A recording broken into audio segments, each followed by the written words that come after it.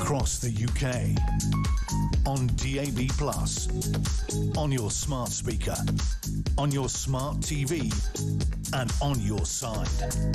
This is Talk.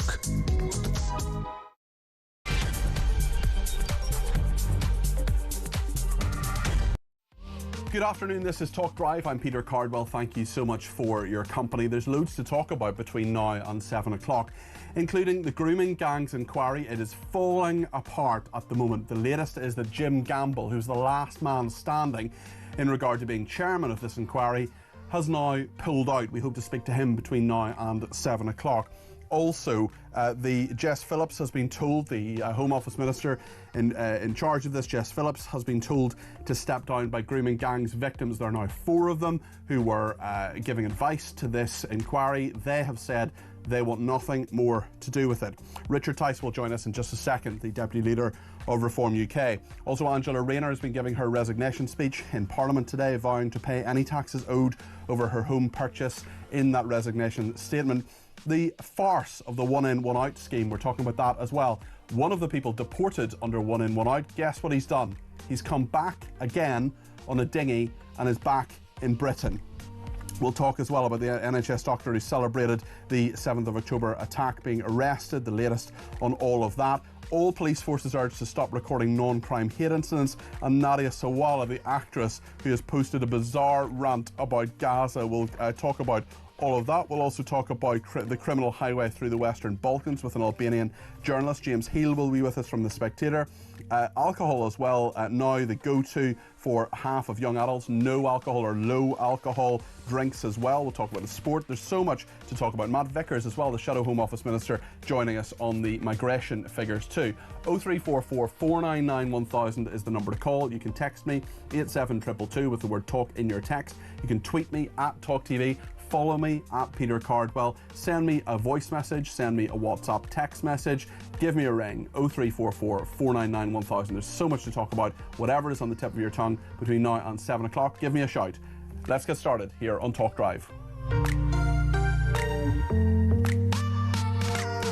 Well, I was on with Julia a little bit earlier on. I'm with her every Wednesday at 12 o'clock. The Prime Minister's Questions is on. And earlier, Kemi Badenoch, I think, put the Prime Minister under quite serious pressure in regard to this, because Keir Starmer was forced to defend his government's rape gangs inquiry. This is how that played out in the House of Commons earlier today. We owe it to them and to Fiona and to the country to answer the concerns that they have raised. The inquiry is not and will never be watered down. Its scope will not change. It will examine the ethnicity and religion of the offenders, and we will find the right person to chair the inquiry. I can tell the House today, Mr. Speaker, that Dame Louise Casey will now support the work of the inquiry, and it will get to the truth. Injustice will have no place to hide. Are you convinced by what the Prime Minister says? Let me know your thoughts. 0344 499 1000. Kemi Badenoch certainly wasn't. This is what she had to say. The government has created a toxic environment for survivors. They were looking for answers from the Prime Minister, and what they've heard is Labour MPs saying shame at their words. Yesterday, Mr. Speaker, the Safeguarding Minister said Elizabeth was wrong. Who should we believe? The Prime Minister's Safeguarding Minister or Elizabeth? Well, the Prime Minister, of course, said that he had great respect for victims. He said he wanted to put that on record. I mean, why you have to say that, I'm not quite sure. But what was absolutely clear was that Kemi Badenoch certainly bested him in that encounter, and there's many questions that remain. Who will be the chairman or chairwoman? What will the scope of the inquiry be? We've been told by Shabana Mahmood that there's no problem, everything will be fine, it will do what it's meant to do. Do you believe that? Let's speak to Richard Tice, who is the Deputy Leader of Reform UK. He's also been announced today as the head of their Doge unit. Zia Youssef was doing that. Now it is Richard, so congratulations on that appointment, Richard. He's the MP for Boston and Skegness. Whose side do you think the Prime Minister is on here? Is this? It was interesting at one point, Richard, during Prime Minister's Question Time, where they were talking about They're talking about speed, and Keir Starmer said this needs to be done quickly. I mean, it's been 4 months since this was announced. What's your take on today's events? Well, the truth is, Peter, good afternoon. We actually all want the Prime Minister and the government to do this rapidly and really well, because that's the most important thing for the victims and the survivors. So in a sense, they should all have our goodwill, but it has been 4 months.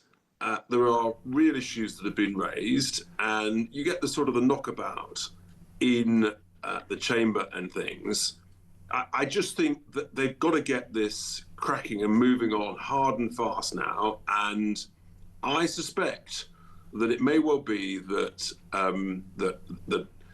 Baroness Casey ends up chairing this inquiry. They're clearly struggling to find someone who wants to do it and can do it. It's probably the hardest, most sensitive inquiry, right up there with the Grenfell inquiry, and the pressure on the chairperson, whoever that is, chairman, chairwoman, will be immense. But we just want it to start and to start to get some answers.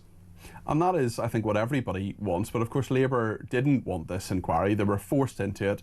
Now they're dragging their heels. They say, as Keir Starmer said today, he's on the side of the victims and he wants answers quickly. Do you think this is just process? Do you think this is just intransigence? I mean, what is causing the delay here, do you think? And when you hear from the victims, 4 of them now who've been advising the setup of this inquiry, surely their voice heard in this will, the fact that they're dropping out, will have a huge impact on the on the point of the inquiry, on the force of the inquiry and the effectiveness of the inquiry. Well, actually, I don't think it, in no way should it impinge on the point or the force of the inquiry, because the whole point of the inquiry is to find answers and to expose what really has gone on.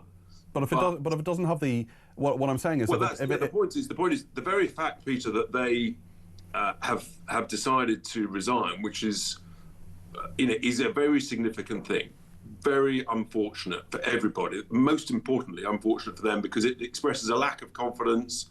I think what really probably did it was the suggestion that the remit may be widened, which they felt was a dilution, and that's obviously how it sounds. The remit cannot be widened, must not be widened. The government have confirmed today, the Prime Minister, that it will not be widened. So, in a sense, again, we want them to be true to their word, and we've just got to hold them to account on this. I suspect, given that the government is having a torrid time across multiple areas, whether it's the Chinese spy case, whether it's the dire state of the economy and borrowing, whether it's on the horrors of the grooming gang inquiry, the child rape gangs, they've got to get a grip on this. And this ultimately is the biggest. It really is. And they need the right people on it, that is for sure. And at the moment, I think many people feel they've let it slip, they haven't got the right people on it, and they've got to get a proper grip of it. Talking of getting a grip, you've now been appointed head of Doge. How significant is that, do you think? Certainly when we come to some of the councils, there have been problems with councils under reform control trying to speak to, as you would put it, I would imagine, the blob, people who are trying to reform UK councillors certainly are trying to get that council tax down. But the fact is that because there is such an emphasis on social care, for example, Reform UK councillors are going to have to put up council tax in at least some areas, aren't they? Well, actually, the truth is that we've been making huge progress in starting to achieve major savings, tens and tens of millions of pounds, identifying hundreds of millions of pounds of savings, renegotiating waste contracts. Just last week, we secured an £83 million reduction in one waste contract in one council. So what we've got to do is communicate those achievements as along the way, and arguably communicate it ever better and keep communicating it so people understand. But I just want to clarify one thing, Peter. We said we'd identify huge savings, achieve them. Obviously, it takes time to do that. And for example, I exposed the mismanagement and overcharging and underperformance of the local government pension schemes, over £1 billion a year. that we've identified that we can start to achieve over the coming years, and so on. And that's, we've then got huge opportunities in the real estate portfolios of these councils. Look, it'll take time, but we never said we would cut council tax. What we'd said we'd do is we'd find huge savings, which means that we can then work out how best to use those savings. And in a sense, that's what we've got to do. We've got to communicate that. You're always under pressure when governments are imposing ever higher burdens on local councils in order to reduce national budgets. Well, 75% of some council budgets are social care, for example, which is something you can't really reduce. And for example, we've already started to talk to providers who can provide that social care at a much lower cost. Okay. We hope with a better service. I've talked about already that Send, very well intentioned, but is like the expense of it will bankrupt councils over the next 2 years unless we get to grips with how it's been doing and be honest with people. Regrettably, and I know I get attacked all the time. Too many people in their thousands are abusing the Send system. There's absolutely no doubt about that. I just wonder, you talk about communicating the message of DOGE, communicating the message of making these savings within councils. Is it acceptable to tell employees of a council to effing suck it up? Oh no, Peter, you've fallen for it. Unlike you what have I fallen for? Because that was an internal private meeting between Reform councillors. There were no employees there. There were no other party councillors. Well, is that acceptable language in a meeting between councillors? It's a very important distinction when we're under scrutiny from the likes of your good selves to perform, to achieve. Happy to clarify that point. Is it acceptable language? Of course. I've been in many board meetings. We're taking a very business-like approach to this. We're under pressure. It's not business-like to tell someone to effing suck it up, is it? It's not business-like. Hey, let me tell you, when there's pressure going on in boardrooms, guess what? Occasionally, in the real world, people swear occasionally. If people don't like that, frankly, diddums. Get real. We're trying to save hundreds of millions of pounds. I'm putting the leaders under pressure. They're putting their portfolios under pressure. That's how the business-like world works. And occasionally, do you know what? You just push on. But ultimately, how teams work and perform is when you have your debates behind closed doors. You don't expect someone to be treacherous and to record a private meeting. You operate as a team, you have your debates, you have your discussion. For sure, you'll occasionally disagree on the best strategy, but once you arrive at the strategy, the boss has to take a decision, and then you go out and you sell that to the world, or if you're going on a pitch, you perform. So if the polls are to be believed, and they are putting you far ahead in literally over 100 polls, every single one since Christmas, by anything from between 5 points, 10 points, 15, 20, depending on the polls you look at. Let's say, for the sake of argument, Richard, you became Chancellor of the Exchequer. Would you tell civil servants to effing suck it up? But again, Peter, you're comparing apples with pears, right? This was a private meeting of councillors. But would it be acceptable to say that to civil servants if you were Chancellor? I tell you what is acceptable, and of course we all serve at the boss's pleasure, so just to clarify that. But what is acceptable is when people expect you to save money, it is that officials, they are there to carry out the wishes of the elected councillors or members of parliament. What is not acceptable is for officials to deliberately block, obstruct and put hurdles in the way. And if they do that, then they're going to find things may get very tough indeed. And in the nicest possible way, if they don't want to be part of that programme, please do go and get a lovely job somewhere else. Okay. Because we are going to be under pressure.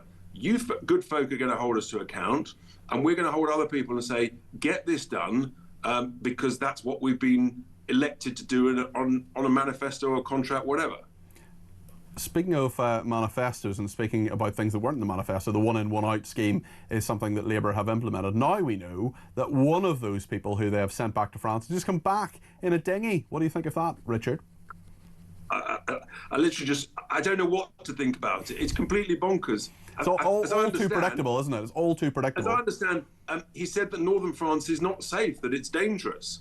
The whole thing was always a complete farce. It was just a ludicrous headline, a gimmick by this government that is so desperate to just sort of kick any can down the road. And once again, they've utterly failed to stop the boats. They haven't smashed the gangs. They've encouraged the gangs. I think there are more people massing on the northern borders of France, trying to come to the United Kingdom, and the whole thing is a scandal that infuriates tens of millions of British citizens. We talked about Prime Minister's questions a little bit earlier on in this interview and what happened there in regard to the rape gangs and the inquiry. Now, your party leader, Nigel Farage, sat on the spectator benches. I've been on them, the top bit of Parliament, not actually on the green benches that he's entitled to sit on as leader of Reform UK and a member of Parliament. He says the Speaker should call him more. I agree with that. I said that earlier on Julia's programme. I think he should be called more as leader of Reform UK. You are 5 MPs at the moment, but your influence is much greater than that. The polls are there. They've been consistent. How many questions should Nigel Farage get at Prime Minister's questions, do you think?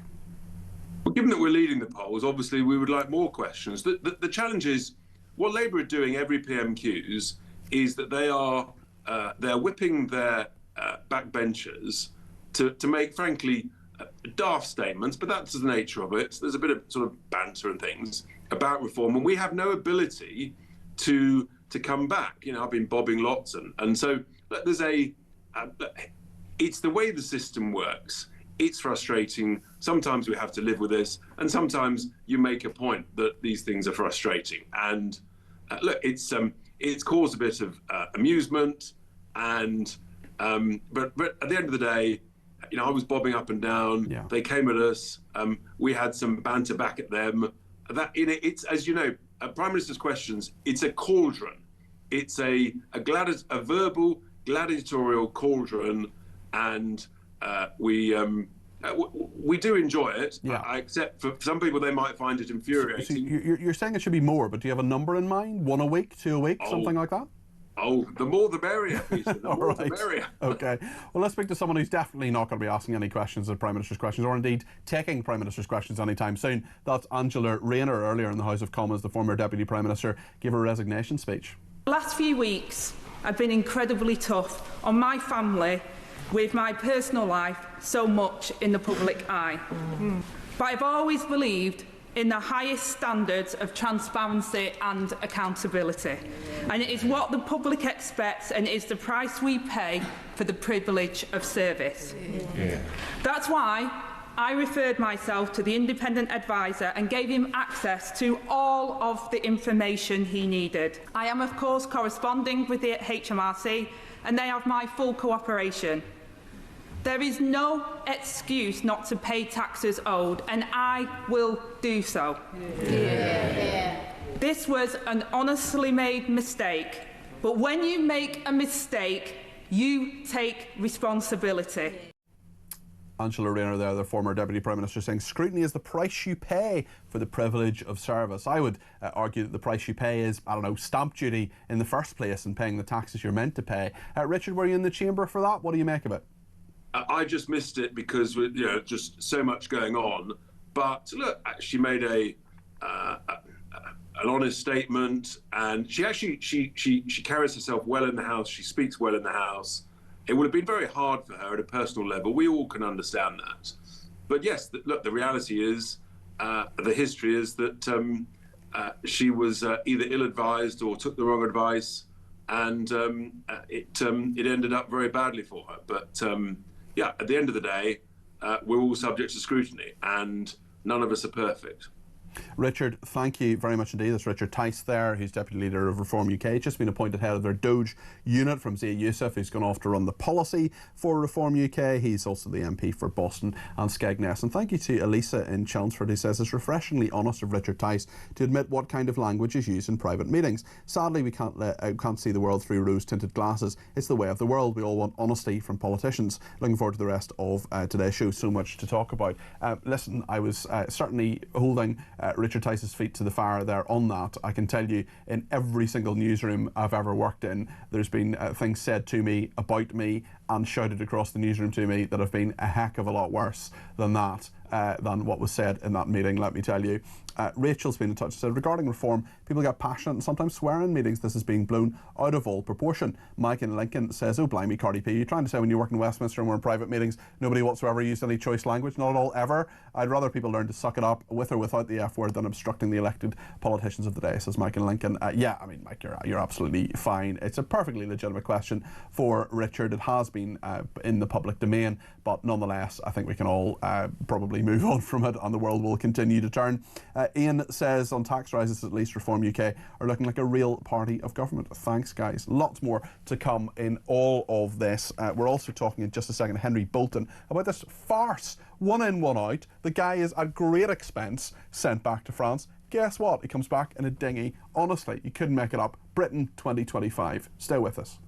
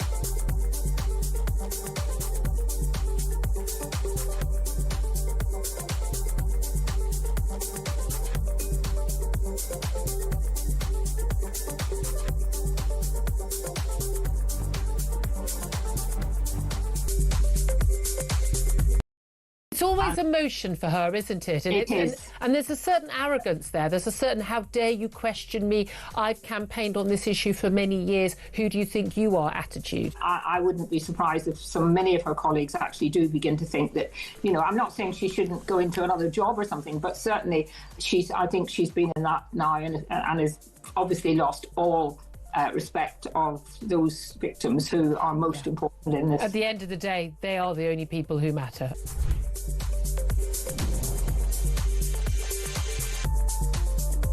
Blood was boiling just watching Boris Johnson defending himself.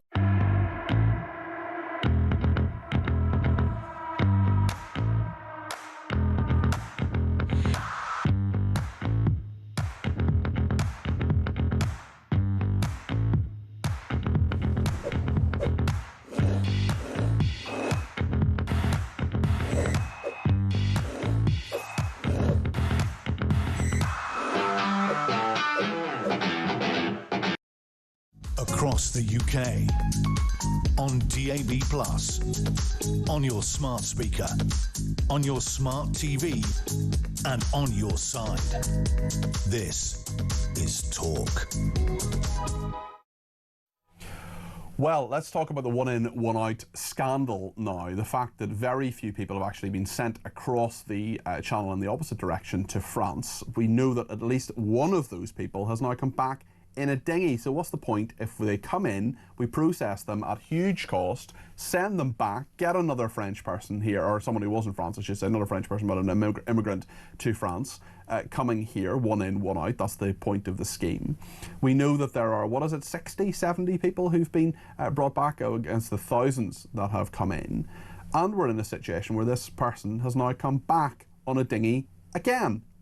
It has not been a deterrent to people generally who are coming across on the channel, and it certainly hasn't been a deterrent to this specific person who's now done the journey twice because it's so hazardous and dangerous, as we are told on many, many occasions. Henry Bolton is joining us now, international border control expert and the Social Democratic Party spokesman for Foreign Affairs, Defence and Security. Henry, what an absolute farce this is. I've been saying that from the very off-go, Peter. Look, this was never, ever going to function. And even if it was, I mean, one in, one out, it was never going to work that way, because the people who come in are going to bring their dependents if they want to as well. The whole thing has been a window dressing, and a very poor one at that. And absolutely never going to provide a deterrent. And you refer to this individual who's now returned to the UK. I mean, this just demonstrates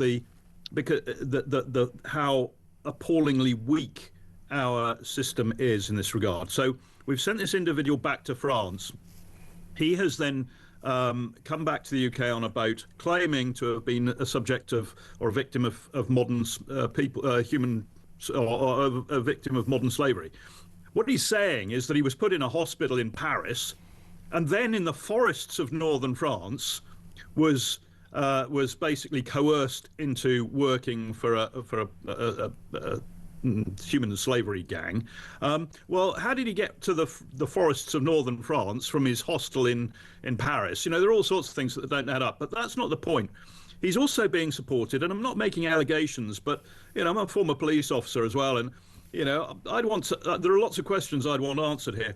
The Human Rights Network, or Humans for Rights Network, which has been talking about this, is in the business of flagging up the issue of vulnerable people. So this suits them very well. And in fact, that provides top cover for him, because when he makes this claim, all he has to do is make the claim and find some other source of substantiating that this sort of thing is going on, and that he may well have been a victim of modern slavery, which is what the Humans for Rights Network is effectively doing, intentionally or otherwise. And his asylum claim is almost certainly going to be accepted as a result. You know, so the whole thing is insane. I mean, it's just so incompetent. It's almost, is it deliberate? I mean, a lot of these charities and organisations do not believe that we should be deporting anybody. We're in a situation where there are literally thousands of people coming across in boats. We're attempting to have some form of deterrent, even though it's about a 0.0001% of the people who are coming across, even since the scheme has started. There is no deterrent here. One in, one out is not a deterrent, is it? It's not a deterrent. It was never going to be, Peter. And, you know, anybody... I mean, quite seriously, I know we all complain about our politicians and about civil service, but if there is seriously anyone in Whitehall or Westminster who thinks that one in, one out at this scale was ever going to be a deterrent, I mean, I'm sorry, but they should be nowhere near the civil service or Westminster or any sort of responsible job, because, you know, it defies common sense and just the slightest bit of logic.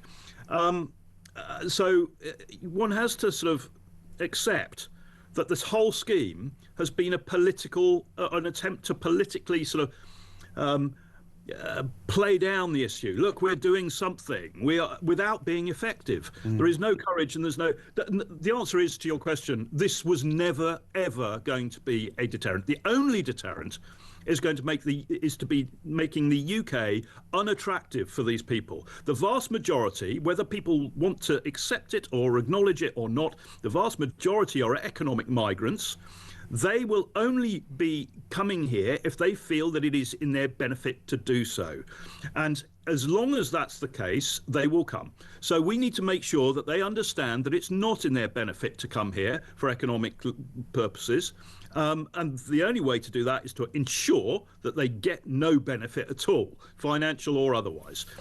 I believe, and the SDP and others have long advocated this, that they need to be detained securely the moment they land on British beaches, and not allowed out on the streets, not allowed to work, and then removed or allowed to return home when they ask to do so, if we can't get rid of them quickly enough. Yeah, I think all of that makes sense. Listen, I appreciate it. Thank you very much indeed. Henry Bolton there, International Border Control expert and also Social Democratic Party spokesman for Foreign Affairs, Defence and Security. Thanks to everybody who has been in touch, including Jason in the Lake District. He says one back-end shows there is no political will to sort it. They don't know what on earth they are doing. And Callum says, regarding the illegal immigrant who was part of the one-in, one-out farce and returned on a small boat, while I'm not at all surprised, I am astounded the Home Office and Border farce even recognised and had the appropriate identification procedures in place. Great show, well done, says Callum. Carl says, you seem to be holding Richard Tice to a ridiculous criteria. If you think people don't swear in meetings, then diddums. I know people swear in meetings. I have sworn in meetings. I have had people swear at me and about me and in meetings. Believe me, I've been in journalism and politics for a career for over 20 years, and some of the things that have been said to me I would not repeat on this, although one was very amusing, didn't involve swear words, when I said to one particular editor at a broadcast organisation that is not this one, it should be said, what can I do to get on screen more? And without looking up from his computer, he said, lose 2 stone. It was true then, and it's true now. You seem to be holding Richard to a ridiculous criteria. If you think people don't swear in meetings, then diddums. If to save our money they occasionally have to swear it, then we don't care. Save our bleeping money, says Carl. On rape gangs and the inquiry and the farce that is happening, let's speak to Ian in London, first caller of Talk Drive today. 0344 499 1000 is the number Ian has called. What would you like to say, Ian? Hi. If Hi. you need to lose 2 stone, flipping it, I'd have to sort of lose a ton. Goodness, well, yes. We can agree together to lay off the Twixes, at least for this afternoon. And the Chocky biscuits. Yes. Right, okay. Starmer. Yes. Is there any inquiry that he starts that straight away the left wing say, no, we don't want it to go ahead? We don't want it to go ahead. He hasn't started that many inquiries, it must be said, as Prime Minister. But he's only been Prime Minister for 16 months. But this one seems to be running out of steam before it's even started, Ian. I know, because basically they don't want them digging, because it's going to be the majority of councils and even possibly police are going to be held up as being in the wrong, and he doesn't want it on his watch. It's like even last week, you know, with that business with the Aston Villa game and everything else. He stood up, I'm going to get it sorted, I'm going to get it sorted. Has anything gone on? Well, he said he would get it sorted, and then actually the team itself, Maccabi Tel Aviv, said they didn't want to come actually at all, and they wouldn't accept an allocation of tickets. So they kind of ended that story really. But he said he'd sort it out, and it took 3 days before anything happened, and it wasn't him who sorted it out in the end.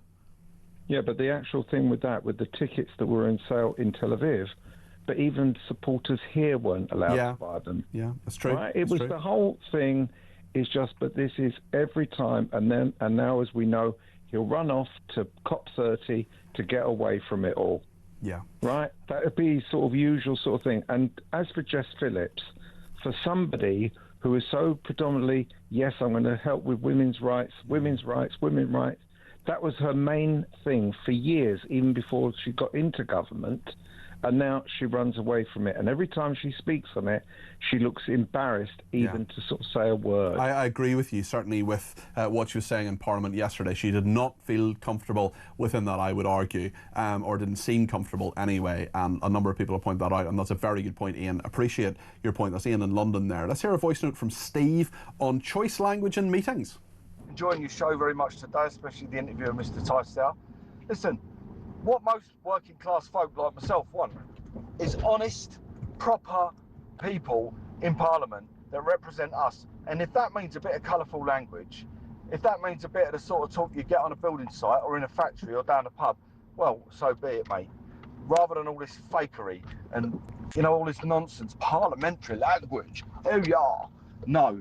Have a good day, mate. Steve, you make a really, really good point there. I wonder what sort of language you use. It's a really interesting point, not Steve, but people in general who are watching and listening. Is it acceptable? I mean, what was said in the Reform UK meeting someone was told to effing suck it up. Obviously, I can't use the word, but you know what I'm saying. Is it acceptable to use a bit of colourful language in meetings? Certainly, I don't mind it, I must say, and I sometimes use it myself off air. I know you think I'm as pure as the driven snow, but occasionally a few words have come out of my mouth that don't need to. Mainly with Jeremy Kyle was annoying me this afternoon. But anyway, lots more to discuss. We'll discuss in a minute. Jonathan Arkush will be with us, the former president of the Board of Deputies of British Jews. This is about the Jewish lawyer. The Met lied about him, apparently. The doctor who celebrated the 7th of October attack being arrested, and all police forces being urged to stop recording non-crime hate incidents. Also, weird, very, very weird rant from Nadia Sawalha, the actress, and I think, is she still on Loose Women or was on Loose Women? I'm not sure, but very, very strange rant from her. We'll look at that as well. And we finally got a statement from Avon and Somerset Police. I'll read that out in a minute or two about Bob Villan, about Pascal Robinson Foster, who still has not been arrested or, to our knowledge, actually interviewed about the fact that he called for the death of Jews. Stay with us.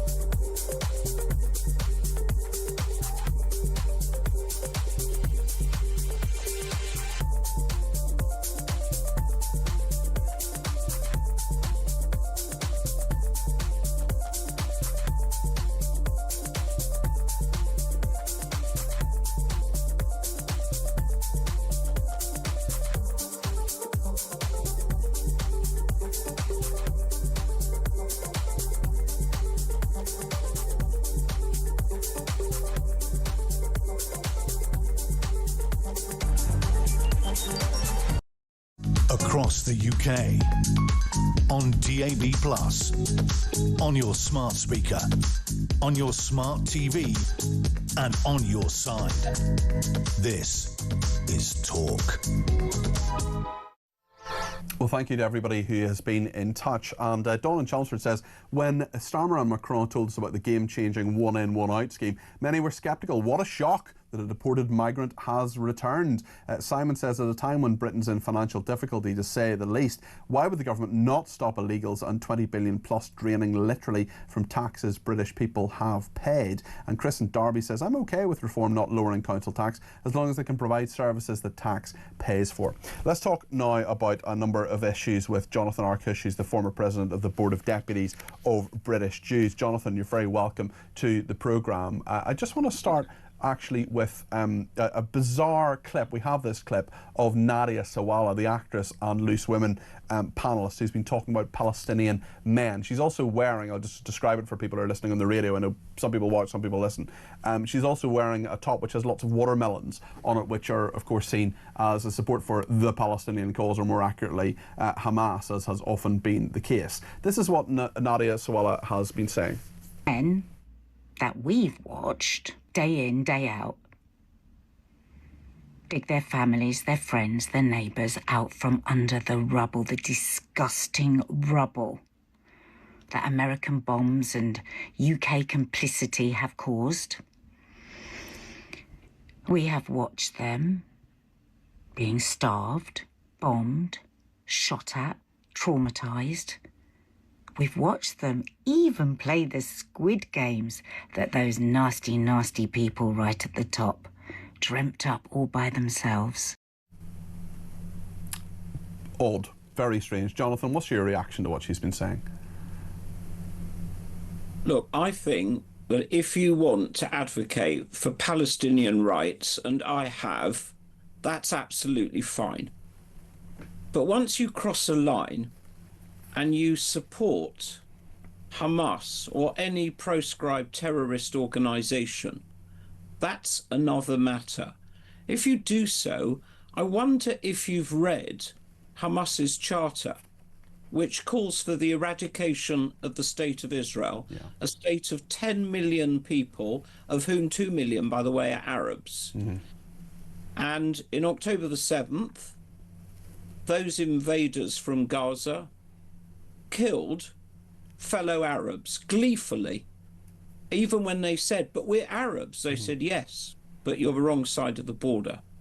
The other thing that I would have thought Nadia might have taken into account is that she fails to mention that the death and destruction in Gaza, which is awful, is caused by a war, which the Gazans started. The war was not wanted by Israel, and there was a ceasefire in progress. They started a war, and if they do that, I don't see why they can complain that the war is then lost by them and causes terrible death and destruction. There's quite a number of other stories I'd like to get your thoughts on, Jonathan. The custody, apparently, of this doctor who celebrated or appeared to celebrate the Hamas 7th of October attack. Thankfully, she has been arrested. Let's hope the full force of the law occurs there. But also, interestingly, all police forces urged to stop recording non-crime hate incidents. I wonder what you think of that, because the sort of excuse, certainly from the Metropolitan Police, that was given was to do with the Graham Linehan arrest. But at the same time, Graham Linehan was arrested on what was seen to be incitement and hate crimes, not a non-crime hate incident. So from your perspective as a leader of Jewish people, what do you think about non-crime hate incidents? Should they be recorded? Should they not? And what do you think about the arrest of the doctor? Well, from my perspective as a lawyer, as well as a former leader of Britain's Jewish community, I'm quite puzzled by the fact that the police arrest people for non-criminal behaviour. I thought the point of the police was to ensure that the criminal law is upheld, not the cultural wars. Mr. Linehan, I believe, was involved in some tweets which people found offensive when he wrote about trans rights. But for the police to get into things that are not criminal simply distracts from the things they should be investigating, like the violence and the burglaries on our streets.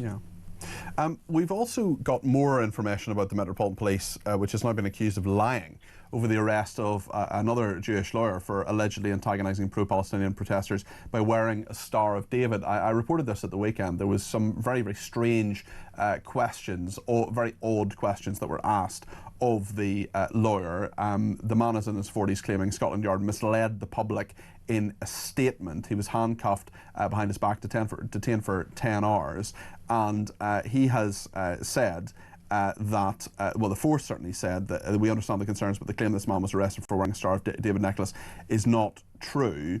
We've seen the footage, we've played that out previously. The lawyer has told The Telegraph the police statement is a total misrepresentation and at best misleading. They have now compounded their initial error by ignoring the basic question of why they raised the Star of David in the first place. The statement only reduces the faith the Jewish community has in the police. How much faith do you have in the police, Jonathan? Not a lot, I'm afraid to say. And the reason is that for 2 years now, the Jewish community has had to suffer weekly or fortnightly demonstrations on the streets of our cities, which, as a result, I simply wouldn't go near for fear of being attacked or abused.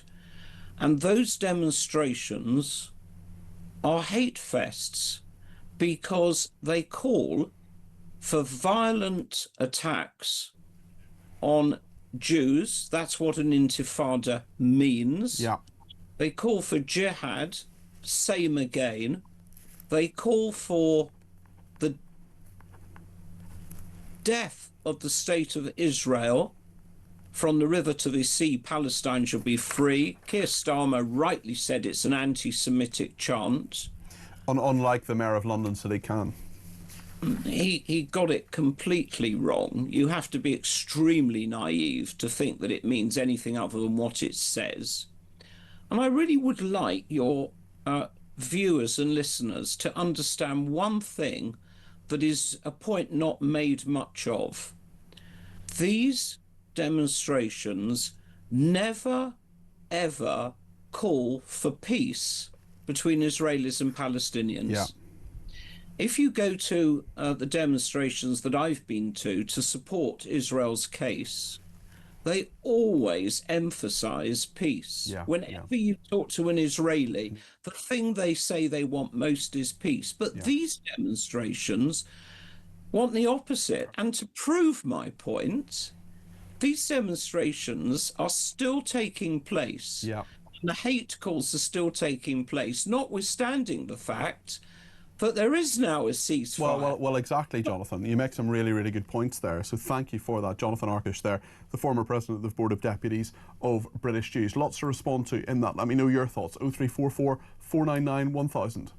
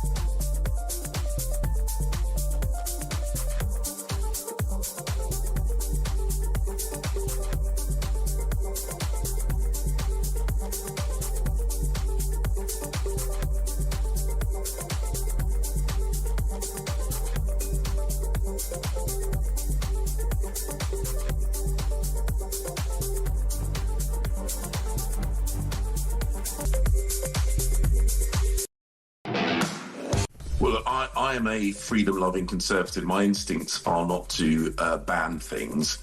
And also what I don't want to do is break our long-standing tradition of freedom of religion. I think the broader point, and this is something I am very, very passionate about, is making sure we all play by the same rules. We all subscribe to the same norms.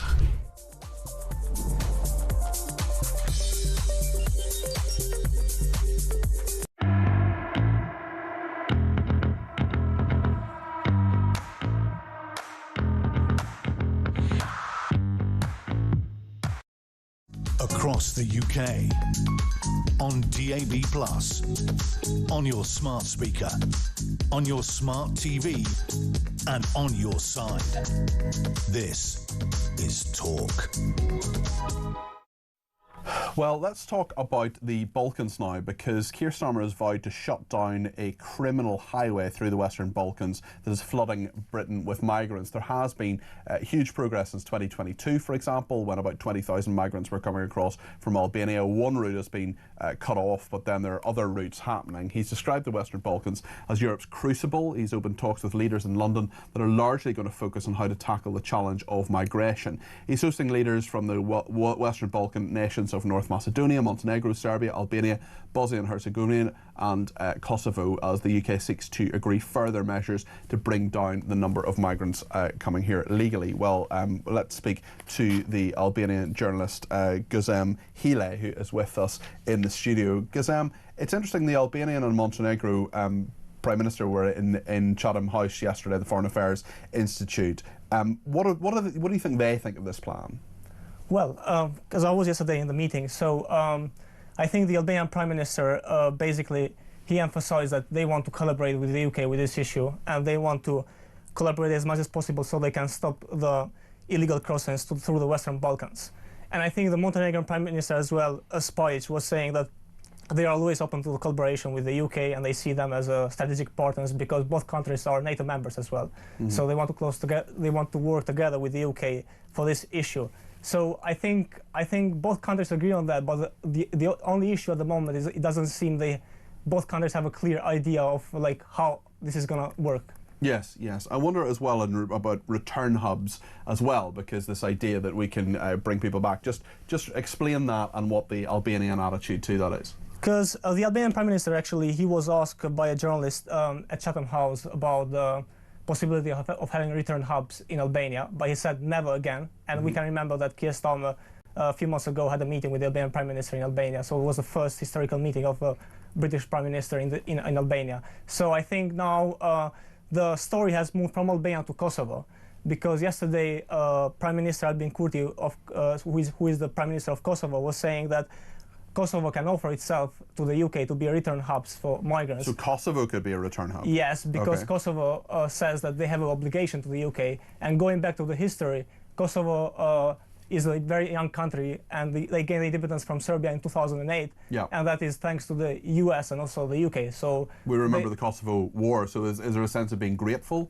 to the UK in some way and trying to help them out with our migration problems, perhaps? Yes, sure. I mean, I myself, I grew up in a small hometown. My hometown is basically in the border with Kosovo. Mm-hmm. So I know very well how this conversation of war is deeply affected with all the Albanians in Kosovo. And I think overall Albanians, they really are grateful to what the UK and the US has done for them. So regarding Albania, I mean, is it a sense that we have innovated by closing off some routes for Albanians to come to this country? We have got some sort of grip of the problem, but now they're using other Western Balkans countries to essentially filter people through. Is that essentially what's happened? We've innovated, but then they've innovated too. Yeah, I mean, the issue at the moment, in 2022, Albanians were the big issue in terms of migration. But now the issue is, if you see to the figures of Frontex, in 2024, 22,000 illegal migrants have used the Western Balkan countries, which include Albania, Serbia, North Macedonia, Bosnia and Herzegovina, and have used those countries basically as a backdoor to enter to the EU illegally and also to the UK. So I think, as I was listening, basically the Prime Minister Edi Rama, he actually was quite furious about the UK. So he started criticizing the UK in the Chatham House.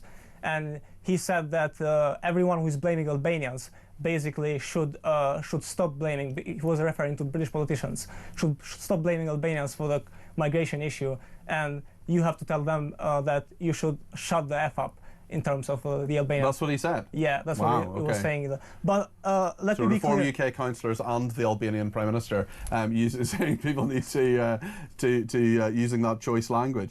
It's very interesting. I mean, what do you think will happen? Because Keir Starmer is talking to these leaders. He's saying that he wants traffickers to dismantle their criminal empire stretching across Europe, and the UK is the partner that's going to shut it down. I mean, the UK can't do this alone, can they? They need the extra help of those other nations, don't they? Yeah, sure. I mean, in terms of the Western Balkan and the collaboration, I think Albania has had a good collaboration with the UK in terms of migration since 2021 under Rishi Sunak, and also Montenegro. All these countries have good collaborations together. But I think in terms of Kosovo being a return hub, which is possibly the nowadays topic about that, I think there is an issue in terms of the human rights perspective, because Kosovo has a lot of issues in respecting the human rights, respecting the women's rights as well. It's not a member of EU.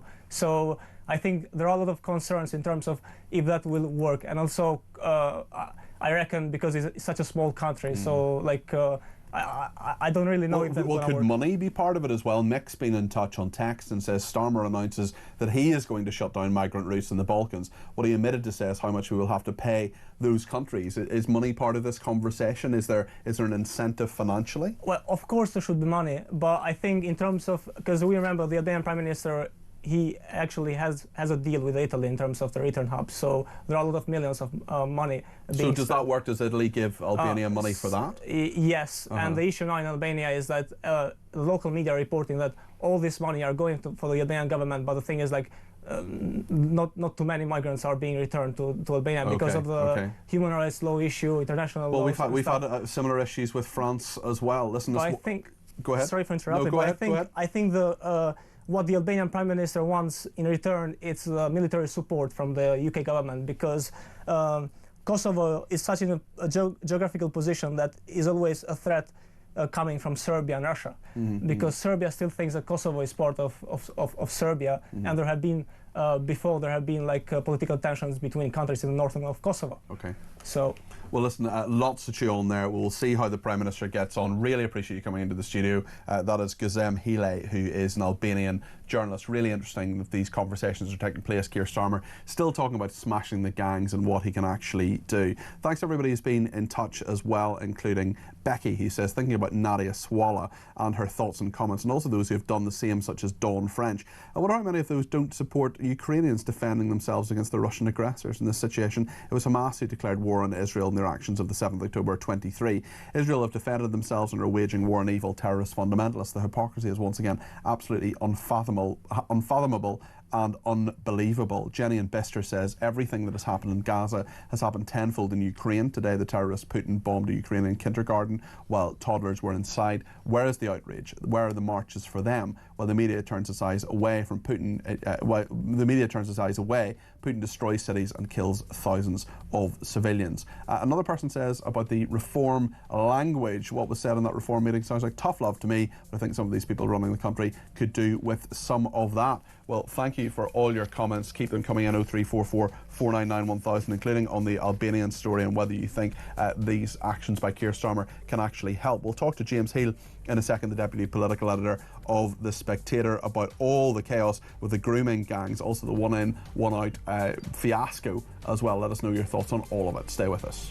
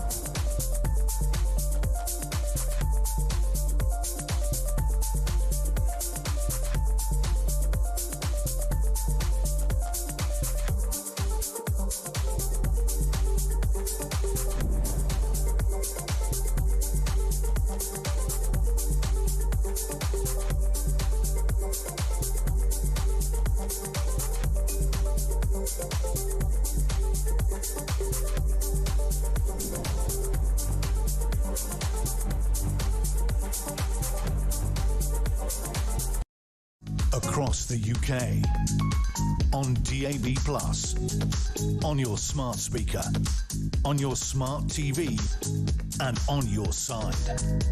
This is Talk.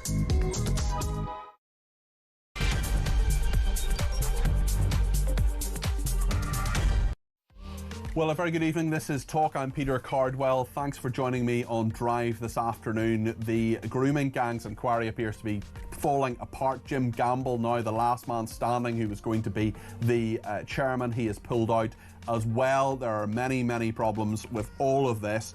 Also, Keir Starmer is on the ropes. He has been attacked by Kemi Badenoch at Prime Minister's questions. The one-in, one-out scheme also falling apart for the government. A person they sent to France, a man they sent to France under the one-in, one-out scheme. Well, guess what? He's back. He's come back in a dinghy, undeterred by the scheme, undeterred by being sent back to France, and thousands of other people who've arrived, clearly undeterred as well. We'll talk about that. Angela Rayner also saying she's going to pay back her tax. We'll talk as well about the police force's urge to stop recording non-crime hate incidents. What do you think about that? And this hour we'll get the latest on all the sport as well with Mike Anstead, who's the head of content at The Sun for Sport. Lots to discuss. I want to make sure we get your voice on the air. 0344 499 1000 is the number to call. You can text me 87222 with the word talk in your text. You can tweet me at talkTV. Follow me at Peter Cardwell. You can send me a voice note, you can send me a WhatsApp text message, or you can give me a ring, all on the main number 0344 499 1000. Plenty to discuss here on Talk between now and 7. Stay with us. Well, just on the one-in, one-out scheme, Leslie's been in touch and says at least with the Rwanda deal they couldn't sail back on a dinghy. And Terry's a retired factory worker in Birmingham. Lots of people messaging us about the fact that I tackled Richard Tice just about an hour ago, Richard Tice, the Deputy Leader of Reform UK, on some of the language that was used in a now leaked recording of a Zoom message between Reform UK councillors. One was told to essentially get on with it in words which involved a word beginning with the word F. Effing suck it up was the words, the phrase that was used. And lots of people saying, look, that's fine. If there's a little bit of fruity language, then that's absolutely fine. Terry, who's a retired factory worker in Birmingham, has been in touch about that and said, if you've taken the bad language out of some of our production meetings that have been over in half the time, you gave as good as you took, says Terry, a retired factory worker. Mick says, for years, Avon and Somerset Police has been a sanctuary for the wokerati. Everyone in policing knows that. And it's interesting you mentioned that, actually, because Avon and Somerset Police have now finally, after 2 days of asking, given us a statement in regard to Bob Villan, Pascal Robinson Foster, the scumbag who has been telling Louis Theroux that he absolutely does not regret shouting death, death to the IDF. So I'll read out the statement from Avon and Somerset Police. Inquiries continue to be carried out in relation to comments made during a performance on stage at the Glastonbury Festival on Saturday the 28th of June. Let's remember that is nearly 4 months ago. An investigative process has been put in place which is being overseen and led by a senior detective to ensure all the necessary inquiries are carried out. This has been recorded as a public order incident at this time. Our investigation team, say Avon and Somerset Police, about Glastonbury, considering all appropriate legislation, including relating to hate crimes. It is also important we have a full understanding of any legal precedents, which is a complex process, and we are working closely with the Crown Prosecution Service for early legal advice. It's not early, it's been 4 months, mate. Early legal advice, and with other UK police forces. Why? It's really straightforward. He shouted death, death to the IDF. Why do you need to do all that? We recognise the strength of public feeling around what took place, and we hope the ongoing inquiries provide reassurance and show the seriousness with which we are treating this investigation. They don't. They don't reassure me at all. What I think you're doing, Avon and Somerset Police, what I think you're doing is you're running down the clock. You've started an investigation. 6 months later, you'll say, oh, actually, time has now elapsed. We've moved on. No, we didn't bring any charges. Yeah, sorry about that. We will continue to ensure the public and media are updated as investigation progresses. Well, we asked you over 2 days for a statement. You finally give it to us. So you're continuing to ensure the public and media are updated. Maybe employ another press officer who can get a statement out a bit quicker than taking 2 days would be my strong advice to Avon and Somerset Police, in whom I have absolutely no confidence whatsoever. Right then, let's talk about anti-Semitism. Barry has been in touch. He has given me a ring on 0344 499 1000. Barry, you're very welcome to the programme. What would you like to say? Hi, good evening. So basically, I'm a 64-year-old English Jewish person, lived here all my life, feeling extremely uncomfortable for the last year or so, possibly more. Love your show and people on your show. That gives me a little bit of hope, I have to say, Thank compared you. to the rest of the other media. I have a take on this anti-Semitism. I personally don't frame it as anti-Semitism coming from the masses. It seems to me it's orchestrated by a certain group. Okay, the whole Gaza thing, the whole everything. I mean, they tried to ban an Israeli football team because of hooliganism, and yet they didn't ban any Italian teams. We know about the Ultras, Spanish teams. And who tried to ban him? Well, the question is as well, Barry, that was never properly answered, is where is the threat coming from? Is it coming from a small number of hooligans? And there are some hooligans at Maccabi Tel Aviv. I'm not going to shy away from that. There have been people who've done and said horrible things. My point is, where is the threat coming from, or where was the threat coming from? And the threat was and is coming from Islamists. Absolutely. And which is the football team that we have that hasn't got hooligan? Exactly. Exactly. Especially in the Premier League, things are far better than they were, but there still are hooligans. There's no doubt about that. And it's quite obvious where the threat was going to come to, because when it was announced, all I heard was Aston Villa supporters saying, "We will give you tickets. You just come. We give you our tickets." Yeah. So it's obvious where it's coming from, and it needs to be stopped. It needs to be stopped, and this government certainly is not going to stop it. I'm ready to leave. Unfortunately, I'm ready to leave. That's Barry. I totally understand why you're ready to leave, but it's dreadful. And I mean, I was talking to a young person. She's about 25, a young Jewish woman I know, who said it's not when you go to Israel. It's not if you go to Israel. It's when. And I just think that's awful. It's awful, absolutely horrible. And I think I agree with you in that there's some people who are straightforwardly anti-Semitic, but there are also 1 in 5 people in this country. A poll out recently that puts forward to say that some level of anti-Semitism is acceptable, and there just isn't any excuse for it. And I just wonder. I would love to ask those 1 in 5 people. I'd love to say, would you use the N-word? Would you make a racist remark? Would you make a transphobic remark? Would you say something about gay people? Well, no, you wouldn't, because that's unacceptable. Because I don't believe it's a racist theory. I think it's, as I said, I think it's an orchestrated anti-Israel thing that is coming against the Jews. It's not a racist thing. These people, if they were racist against Jews, why would they not be racist against Indians, against blacks, against other people? Yep. So it's not a racist thing. It's orchestrated from, we know where from the, some of these Gulf states with loads of money. But as I said, I have a 19-year-old son who's just started university. Am I worried? Of course I am. Every day, just he has to travel to university. He has to be in university. Yeah. It's scary. It's scary. I've never felt like this before. I've always loved this country. I've always thought, as much as I love Israel as well, I always thought myself as an English Jew, and I love being here. But not so much anymore, unfortunately. Again, thank you to you guys. Well, thank you, Barry. I'm so sorry to hear that. Now, listen, I wish you and your son really well. How's he getting on with his studies? Yeah, he's just started, but he should be okay. He's quite a clever boy. What's he studying? He's doing mathematics, economics. Oh, he'll get some big job and bring you in the style to which you can become accustomed, Barry. I certainly hope so. That's the plan. All right. Listen, Barry, good to talk to you, and do stay in touch. That's Barry in London there. Jill in Cornwall has given me a ring, 0344 499 1000. Jill, you're on the air. What would you like to say? Oh, gosh, everything I hear about this country, I'm beginning to dislike myself. As for Keir Starmer, and this is going to be another plane trip, isn't it? Another working holiday where he's going to... Never hear Keir. Visit all these countries in order to set up some sort of agreement with them about routes that these migrants might take.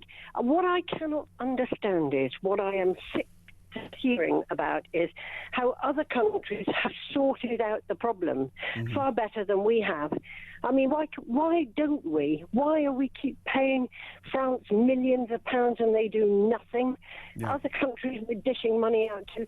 But why are we not turning the boats around? Well, I can't get my head around this. Yeah. Why are we not turning them around when Ireland kicked up about the amount of illegal immigrants that was crossed over into Ireland? They said because most of them had come from this country, they were going to send them back to us. Yeah. Why are we not turning them back to France and let France blinking deal with it? We've given France enough money that they can deal with it themselves. But we're stuck with every single thing that Keir Starmer wants to do, and it costs us millions, and we get no further forward than we were before he decided to pick up the the old hand. I'm sorry, I'm sick of it. Absolutely. I think a lot of other people are sick of it too. I think we're all sick of it, Jill. We want this country to work. We want our borders to be secure, and they just absolutely are not. Jill, thank you. Andrew in Warwickshire says, one in, one out, one back again. It's like the hokey cokey. There are just so many people outraged by this. Another person is Richard, who says, is the new name for the government scheme one in, one out, one back in again? This is an absolute joke, and the government must think we are idiots. I just want to play a voice note now from David on the actress Nadia Sawalha. This is what David says. You can put Nadia's comment in the irrelevant file, pretty much like her career, to be honest. The woman doesn't know what she's talking about and clearly wants a, as Alan Partridge would say, a second series. Give me a second series. Give me a second series. Jurassic Park. Thank you to, I was sitting with a friend the other night, and one thing I sometimes say on this show is Britain 2025, and I was watching Alan Partridge, and he said it was a thing from a few years ago, and he went Britain 2011, and I just thought maybe I'm actually turning into Alan Partridge. It would probably not shock too many people. Nat in Tel Aviv has been in touch and says, hi Peter, I'm ashamed to admit that I used to follow and chat with the watermelon print lover you showed the clip of, and even have a few handwritten cards from her, and the hobby, including one sent to my address in Tel Aviv, believe it or not, all of which I've been meaning to burn as per the advice of a certain cuddly political nerd I know. I'm on it, Chief. I might just get a British-Israeli friend to join in the fun early next month. Great show as always, says Nat. Well, listen, there's a lot of annoyance about that clip. Let's just play it again. This is Nadia Sawalha, who is an actress. She is a Loose Women panellist, and she's been talking about what's going on in, or has been going on, in Gaza. Men that we've watched day in, day out, dig their families, their friends, their neighbours out from under the rubble, the disgusting rubble that American bombs and UK complicity have caused. We have watched them being starved, bombed, shot at, traumatised. We've watched them even play the squid games that those nasty, nasty people right at the top dreamt up all by themselves. Nadia Sawalha there saying that there's a sort of Squid Game mentality in all of this. I just think that's very unfair. I really do. Right, let's talk to Khaled, who is in Leicester, who's been in touch, 0344 499 1000. Khaled, you're very welcome to the programme. What would you like to say? I mean, look, this is ludicrous. You know, we're seeing this spewing out the same narratives. I mean, you had a caller on earlier before the break, basically saying that I would be even scared to go anywhere near these marches. Even Jews are on the marches. You know, you've got a special... Okay, that doesn't negate the fact that there are people who are scared to go near the marches. Yeah, but if people are going around with baseball bats and everything, that would be different. But all they're doing is protesting against the genocide. That's not true. That's not true, Khaled. First of all, it's not a genocide. Second of all, they are not just protesting the genocide because, that you say exists, because there was a ceasefire and they're still protesting, and there are people on those marches, I've seen it with my own eyes, who are holding up banners in favour of Hamas and Hezbollah, which are prescribed terrorist organisations. Yeah, well, so is Palestine Action, a prescribed terrorist organization. Correct. I don't see them going around hunting people down. You got elderly priests, you got elderly people who can't walk in those protests. Right. So the thing is, look, Peter, regardless of the protests, the facts on the ground speak for themselves. Over 70,000 people, maybe a lot more than people have been killed. And in fact, those are Hamas figures that you're accepting, Khaled. No. Yes, they are. You know B'Tselem. Obviously, it's Israeli humanitarian, what do you call it, organization. No, it's not.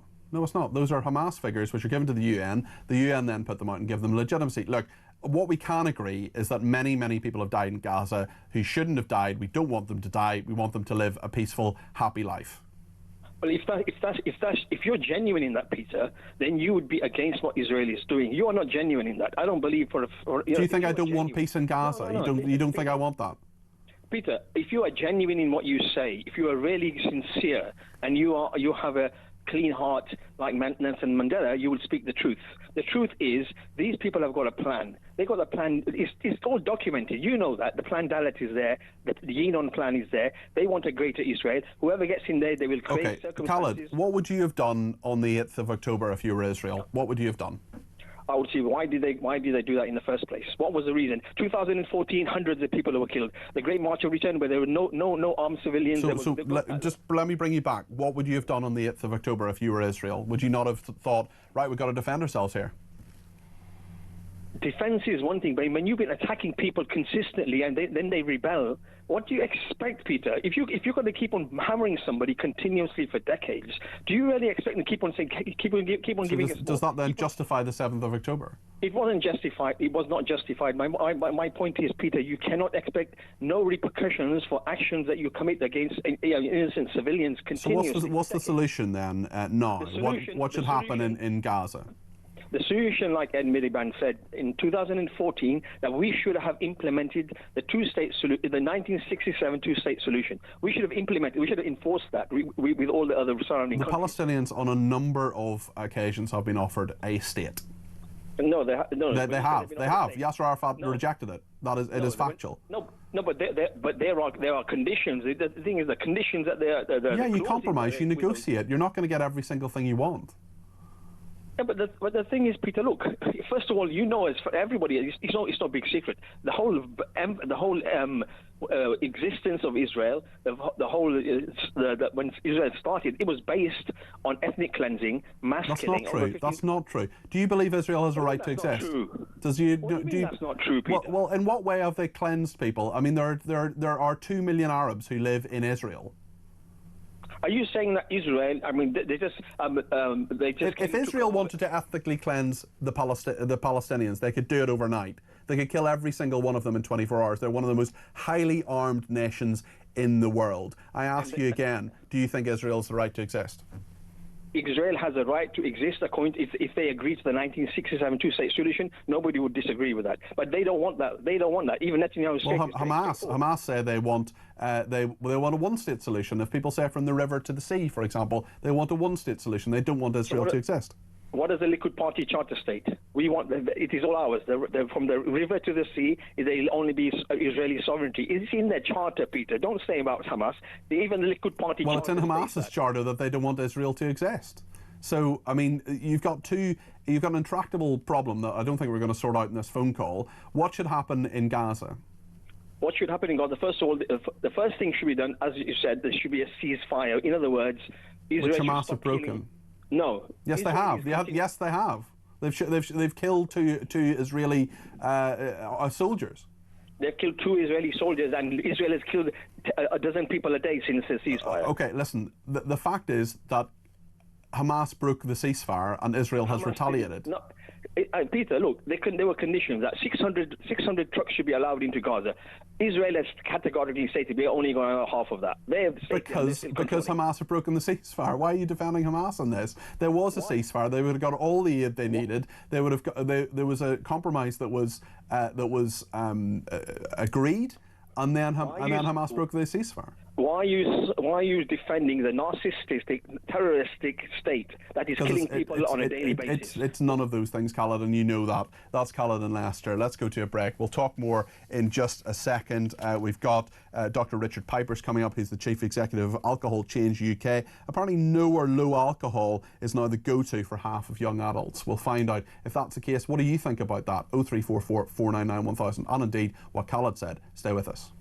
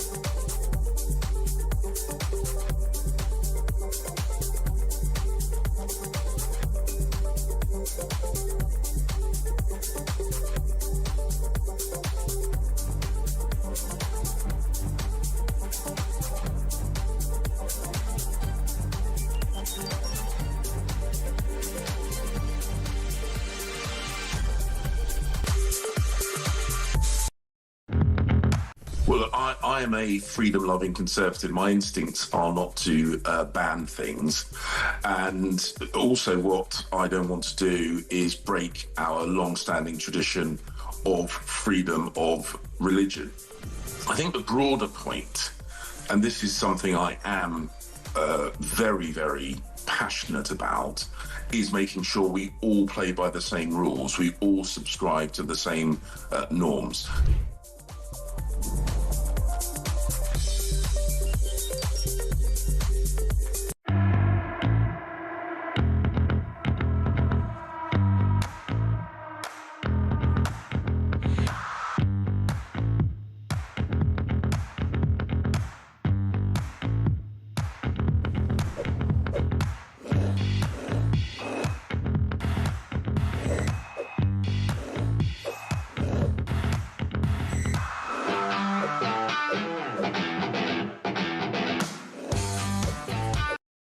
Across the UK, on DAB+, on your smart speaker, on your smart TV, and on your side.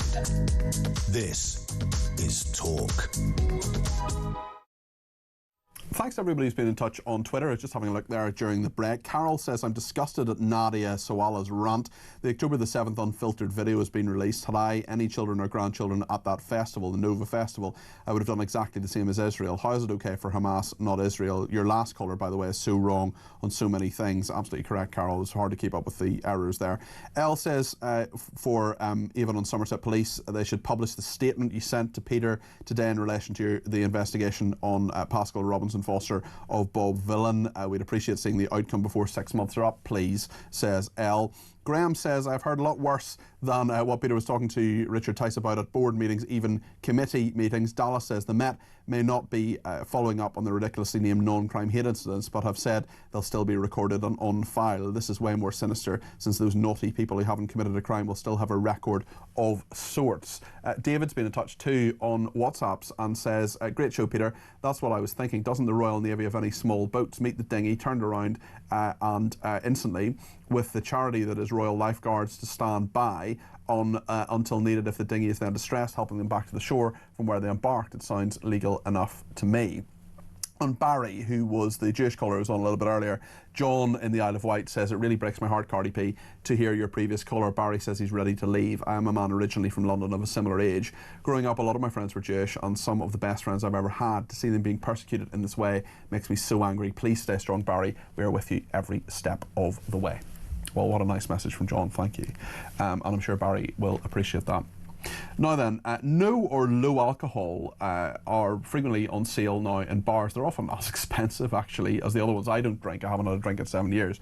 A report found that 49% of young adults now choose no and low alcohol to moderate their drinking, up from 28% in 2018. These are figures from the charity Drink Aware, showing that the uptake of alcohol-free drinks among people who drink more than the Chief Medical Officer's low-risk guidelines of 14 units a week had more than tripled from 7% to 23% in 2025. An increasing number of Gen Z moving away from alcohol, switching to non-alcoholic alternatives. Let's speak to Simon Johnson. He's the Richard Pipers. Apologies, we're talking to Simon Johnson in a minute. Richard Pipers is with us now. Dr. Richard Pipers, who's the Chief Executive of Alcohol Change UK. Richard, you must be delighted at these figures. Why are they happening, do you think? Well, yeah, I mean, it's great to see people turning to these drinks. I think the reason is probably quite simple. I mean, you can get really complicated with these things, but I'm a big fan of a simple explanation. People know that alcohol is harmful, but people want to have fun, and they want to go out, and they want to socialise, and they want to connect with people, and they don't want something that's going to cause them harm, but they want something that tastes good. When I'm not drinking alcohol, I don't want to be stuck with orange juice or Coca-Cola. I'm not 12 years old. I want something that tastes like an adult. You can tell I'm not. I want something that tastes good. I want something with that's not so sweet. And most no alcohol beers are fantastic. Many of the spirits are great, and wines have come on leaps and bounds in the last 2 years. So I think that people can have a great drink, have all the socialising, but not have the harm. Yeah. What's not to like? I must say I tried some non-alcoholic wine recently. It was pretty nice, actually. It didn't taste 100% like wine. I also had a 0% Guinness. I've never been a fan of Guinness, but it was okay. It was all right. I haven't had a drink in 7 years. Well, I'd won like half a glass of champagne on the 13th of December 2019. It was kind of a work thing. But nonetheless, I go out and I drink usually Diet Coke or lime and soda or something like that. I do wonder, though, at the price of these, because I've had, for example, the 0% gin and so on. I mean, they cost basically the same as an alcoholic drink, and even if you have a pint of Diet Coke in my local boozer, which is a very, very good boozer, it's nearly as expensive as a pint of beer. So if you want to incentivize people, surely you should the price of soft drinks should be a bit lower, or is this just pubs saying, actually, we're now having an increasing number of people not drinking alcoholic drinks, therefore we've got to jack the prices up slightly? Well, I think you have to remember that in hospitality, so in restaurants, pubs, for example, the cost of the staff is the same. The cost of the rents is the same. The cost of electricity is the same. The cost of the glass cleaning is the same. So the cost of the drink is a marginal cost of the total that you're paying for. You're paying for the experience, and I think many people will do that. If you're buying in supermarkets, you'll often find that alcohol-free drinks are cheaper, sometimes significantly cheaper. The average price of an alcohol-free beer is about £1.50 in a supermarket, or it's about £2.20 for an alcoholic beer. So there's quite a significant discount there. It's also important to say that the process of producing alcohol-free drinks, it's a longer process. Usually the best tasting ones have been made with alcohol in them, and then the alcohol has been removed. So there's an additional process, additional cost. And finally, I think it's interesting, we've detected this. We're an organisation, as a charity, that we have tens of thousands of people in touch with us all the time. So we kind of get a kind of early sense of trends and what's emerging. And one of the most interesting things is people saying, these are better value drinks. These are higher value drinks because they don't harm me. They don't cause any does harm. all They don't alcohol, you mentioned the word harm about alcohol a few times. Yeah. Does every alcoholic drink harm you? Is that reasonable? Because you can have a couple of glasses of wine and be absolutely fine. I know loads of people who go to the pub, they have a few beers or whatever, they don't really get drunk, and then the next day they get up and go to work. Yeah. So I mean, the alcohol harm question this is a complicated question, but the simple answer is that the more alcohol you drink, the more harm it does. Yeah, that's fairly obvious. 1 or 2 drinks a week is going to cause you minimal harm, but it's not zero harm. But I think most people are happy to live with the sort of risk level that would cause. But from your very first drink, you have an increased risk of cancer, and your heart rate can be affected from the first drink as well. And we also know that drink drive limit is just over 2 drinks. So actually, you might think, 3 drinks isn't a lot, but 3 drinks and then you get in a car, or 3 drinks and you're someone who's prone to violence when they've had a drink, actually can be a lot. So. It's context dependent. And it depends on the person. We're not anti-alcohol. We're anti-alcohol harm. So we're pro fun. We want people to have a good time. We're certainly not a charity that preaches abstinence at all.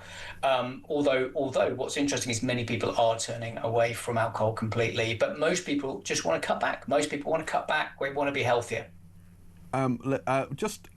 Margaret's been in touch to say the reason Gen Z are drinking less is because they're taking drugs. It is cheaper. Look at the number of drug driving conditions. Do you think that's a factor in all of this? I should say, just if you're watching on the screen, we can see the King is arriving in Italy. He's going to be at the Vatican City praying with Pope Leo. Tomorrow, I think the praying actually happens. But Richard, perhaps you could give us your thoughts on the drug driving. So the increase in legal drug consumption by young people is tiny compared to the decrease in alcohol. So this idea that they're all switching over to illegal drugs is it just young people? Scientifically, there's no evidence for that. Is it? I know it's predominantly in Gen Z young people, but is it older people as well? Yeah, I think it's really interesting, isn't it? With a lot of stories about trends, we want to talk about Gen Z because, I'm interested because I'm not Gen Z. I'm kind of like, what's going on with Gen Z? But actually, you're absolutely right. The growth in drinking less, the growth in drinking no and low alcohol drinks is all age groups. Yeah. All age groups have seen an increase in that. And actually the age group that's 55 to 65 and 65 to 75 have also been driving the market. And one of the reasons, this is over the last 20 years. So over the last 20 years, this market has revolutionized and it's been driven by that age group. And that's because that's an age group that let's be honest, is very used to the taste of beer. Very used to the taste of wine. What's your favourite non-alcoholic tipple? Most desperate to have that replacement. What's your favourite non-alcoholic tipple, Richard? So I'm a big fan of stouts and porters, and there's a particular brand called Brax Porter, which is my favourite. We're also I'm very positive about Lucky Saint. Lucky Saint is its availability in pubs. They've got a new Weiss beer, which I tried yesterday and was really nice. So yeah. Okay. Richard, thank you. That's Dr. Richard Pipers there. He's the Chief Executive of Alcohol Change UK. We've had a bit of a problem with our vending machine in the office, which is very regrettable. So I've had to downgrade to Coke Zero today. There is no Diet Coke available on this floor. It is a big issue that I'm sure is number one on the list of things that need to be dealt with by the catering staff, who are all wonderful. But I'm afraid Coke Zero for me today. It's official, the world has gone crazy. I give up, says someone. The reason Gen Z are drinking less is because they are taking drugs that is cheaper, says Margaret. And on Nadia Sawalha as well, great show as ever. That awful Nadia has now finished her career. I cannot believe my eyes or ears when I saw those comments. Loose women will need to wake up and sack her. I will never watch that programme again. Another person says, Steve says, Nadia Sawalha sounds like she's reading a scary Halloween story to a bunch of naughty kids. Get real, Nadia, you're irrelevant. And another person on text says, the migrant surprise is back. We even paid him to go. What a joke. It's like a Carry On film. Carry On Crossing. This is not working, and just stop the boats. No more gimmicks. That is Margaret in Birmingham who has messaged that in. We can see on the screen at the moment in Rome, this is the King and his plane has arrived. There are various officials there, of course, and uniformed soldiers. The red carpet is quite literally being rolled out there for the King, who will come down those steps in a moment or two. Various people are going to be, officials are going to be greeting him at the bottom of those steps. He's there with Camilla and will be the first head of the Anglican Church to pray with the head of the Catholic Church. There have been various other senior archbishops and people like that who have done that, but of course the King is the head of the Church of England. It's interesting with the King because he wanted to be known at one stage as defender of faith rather than defender of the faith, because he is of course a committed Anglican, but nonetheless doesn't want to say that he believes that other faiths are not equally as legitimate. That is his plane, the United Kingdom plane. We can see the Union flag as well on all of that. He is landing in Rome, but of course the Vatican City is very small and they don't have their own airport, unsurprisingly. So he's landing in Rome, and we can see two people in high visibility jackets are going up the steps at the moment to knock the door and to open the door there, and various assembled officials and security and safety staff at the bottom. So they're opening it now. The car is ready as well for them, with the flag on it, of course, with the Union flag on it. And it'll be very interesting with Pope Leo, because he is, of course, American. He has dual nationality between South America and North America, the United States, and I think Peru. I could be wrong, but maybe Ryan, the producer, would check that, the dual nationality of the Pope.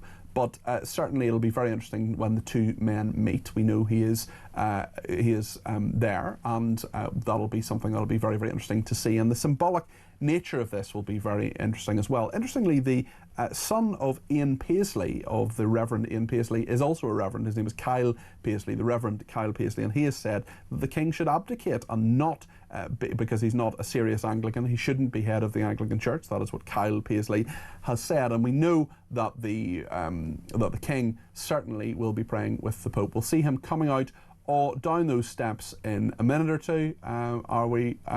We can break now, and we will see the King coming out there, I'm sure, in a moment's time. Stay with us here on Talk.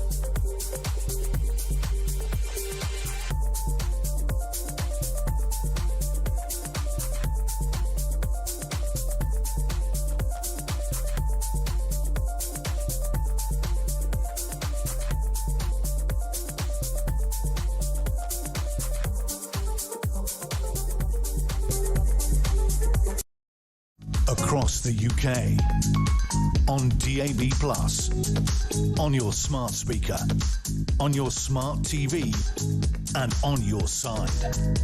This is Talk. Well, the King and Queen have landed in Rome and they are coming off the plane right now. In fact, they're at the bottom of the steps there. They've been greeted and there are the King Charles and of course Queen Camilla are there. The King's private secretary, you can see behind him there, various security staff and of course various senior members of the clergy, including Archbishop Vincent Nichols, I think that is, who's the head of Catholic Church in the UK. The King being greeted there. He will be talking to and indeed praying with Pope Leo, who, as I correctly said, is half Peruvian and half American. He has citizenship of both countries and presumably now the Vatican City as well. So that is tomorrow, and we will bring you, of course, the updates and news of all of that. But now I want to turn to another faith, which is Judaism. And Simon Johnson is the former Chief Executive of the Jewish Leadership Council. Simon, good afternoon to you. Afternoon, Peter. It is very interesting. There are a number of stories I want to talk to you about today.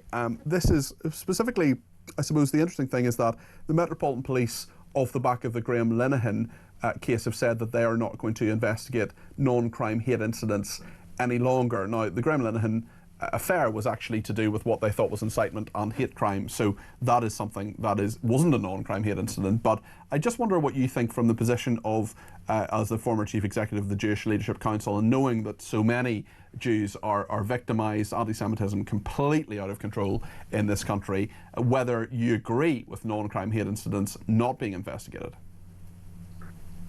The CST, which is a charity you know well, which compiles anti-Semitic incidents, has recorded record numbers of anti-Semitic incidents, and the most serious of those are reported to the police. I don't believe that they report anything that is a non-crime. In fact, there are a number of things that go straight across the line: incitement to racial hatred, threats to murder.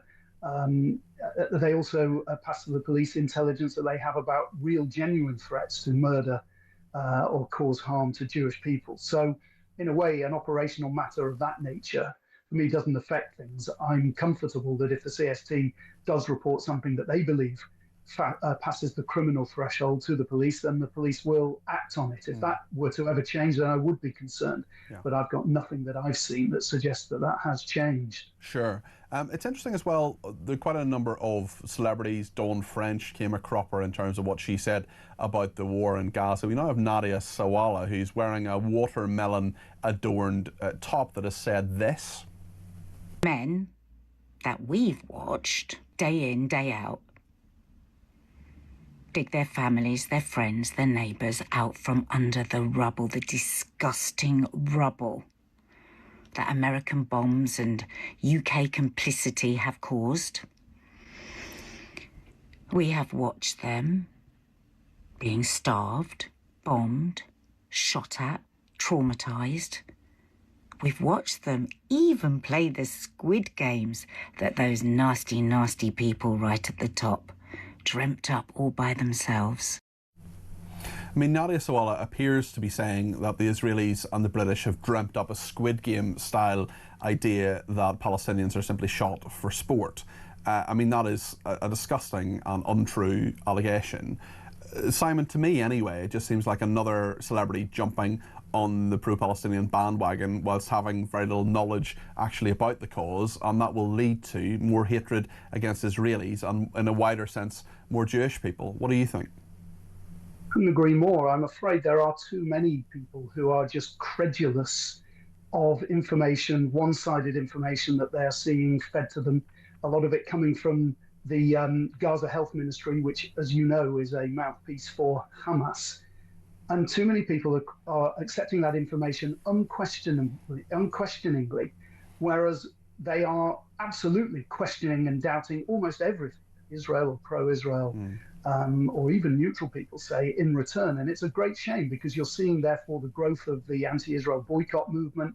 You're seeing the growth of the calls to delegitimize the state of Israel, ban Israeli athletes, ban Israeli football fans, ban Israeli cultural performances. And that's what you're seeing. There is in my view now, an enabling of anti-Israel sentiment, and in most cases, that stays the right side of the line. In many cases, it crosses the line. But when it crosses the line, this is an interesting point, Simon, because when it crosses the line, as I believe it did when Pascal Robinson Foster, that absolute scumbag, unrepentant, we know through a podcast he recorded with Louis Theroux, who's no stranger to someone who's a wrong un, interviewed Jimmy Savile and was taken in by him. We're in a situation where even in Somerset Police, who finally got back to us with a statement saying that after nearly 4 months, they have not concluded their investigation. I'm not sure Pascal Robinson Foster has even been interviewed about this. It seems to me that even in Somerset Police are dragging their feet. They want this all to go away.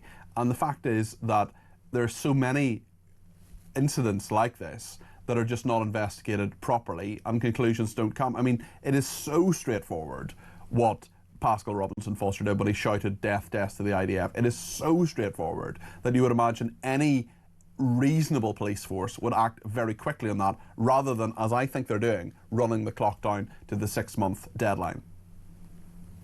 My concern, actually, Peter, on that is more with the BBC, our national broadcaster, which is regulated and has regulations concerning hate speech and concerning not causing offence and all sorts of things. And the very fact, we know this very well, that when that same artist at Glastonbury shouted death to the IDF, on a live broadcast, the BBC was appallingly slow to act. And in fact, 40 minutes. They kept it going for 40 minutes.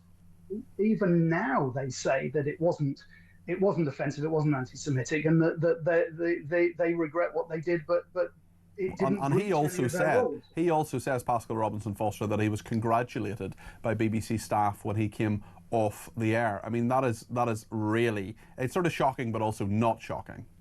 Well, it doesn't surprise me at all, and I'm very, very disappointed that the BBC is continuing to give a platform to somebody who is essentially, in making up that chant and popularising it in the way that he does, is effectively calling, because death to the IDF means death to all Israelis over the age of 18. Yeah, who are conscripted into that army. He also lied about it.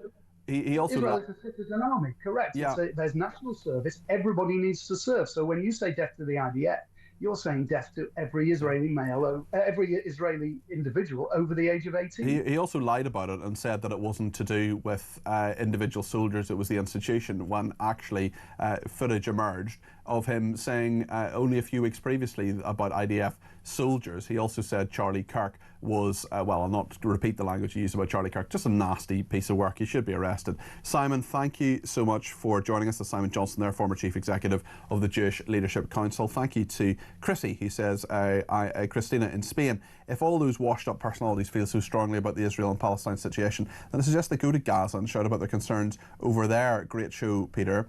Good afternoon, Peter. Great show regarding this one-in, one-out scheme. You would have to have thought that England would be the easiest country to defend, being surrounded by a coastline. All the other European countries seem to manage. Tim in Suffolk says, alcohol-free Guinness, that's a crime. And JP in Derbyshire says, I would honestly be happy to knock a few years off my time on this planet rather than stop drinking. I've had some of the best times of my life when drunk. Well, so have I, JP, and that was the problem. That was part of why I stopped drinking. Anyway, lots more to discuss. We'll get the sport in just a minute from Mike Anstead. Stay with us here on Talk.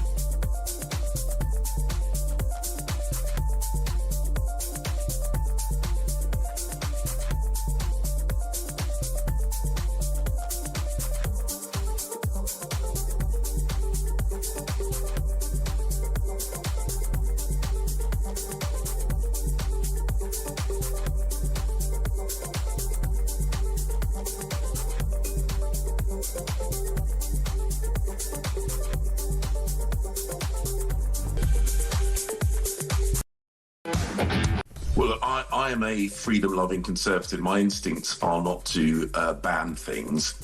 And also what I don't want to do is break our long-standing tradition of freedom of religion. I think the broader point, and this is something I am very, very passionate about, is making sure we all play by the same rules. We all subscribe to the same norms.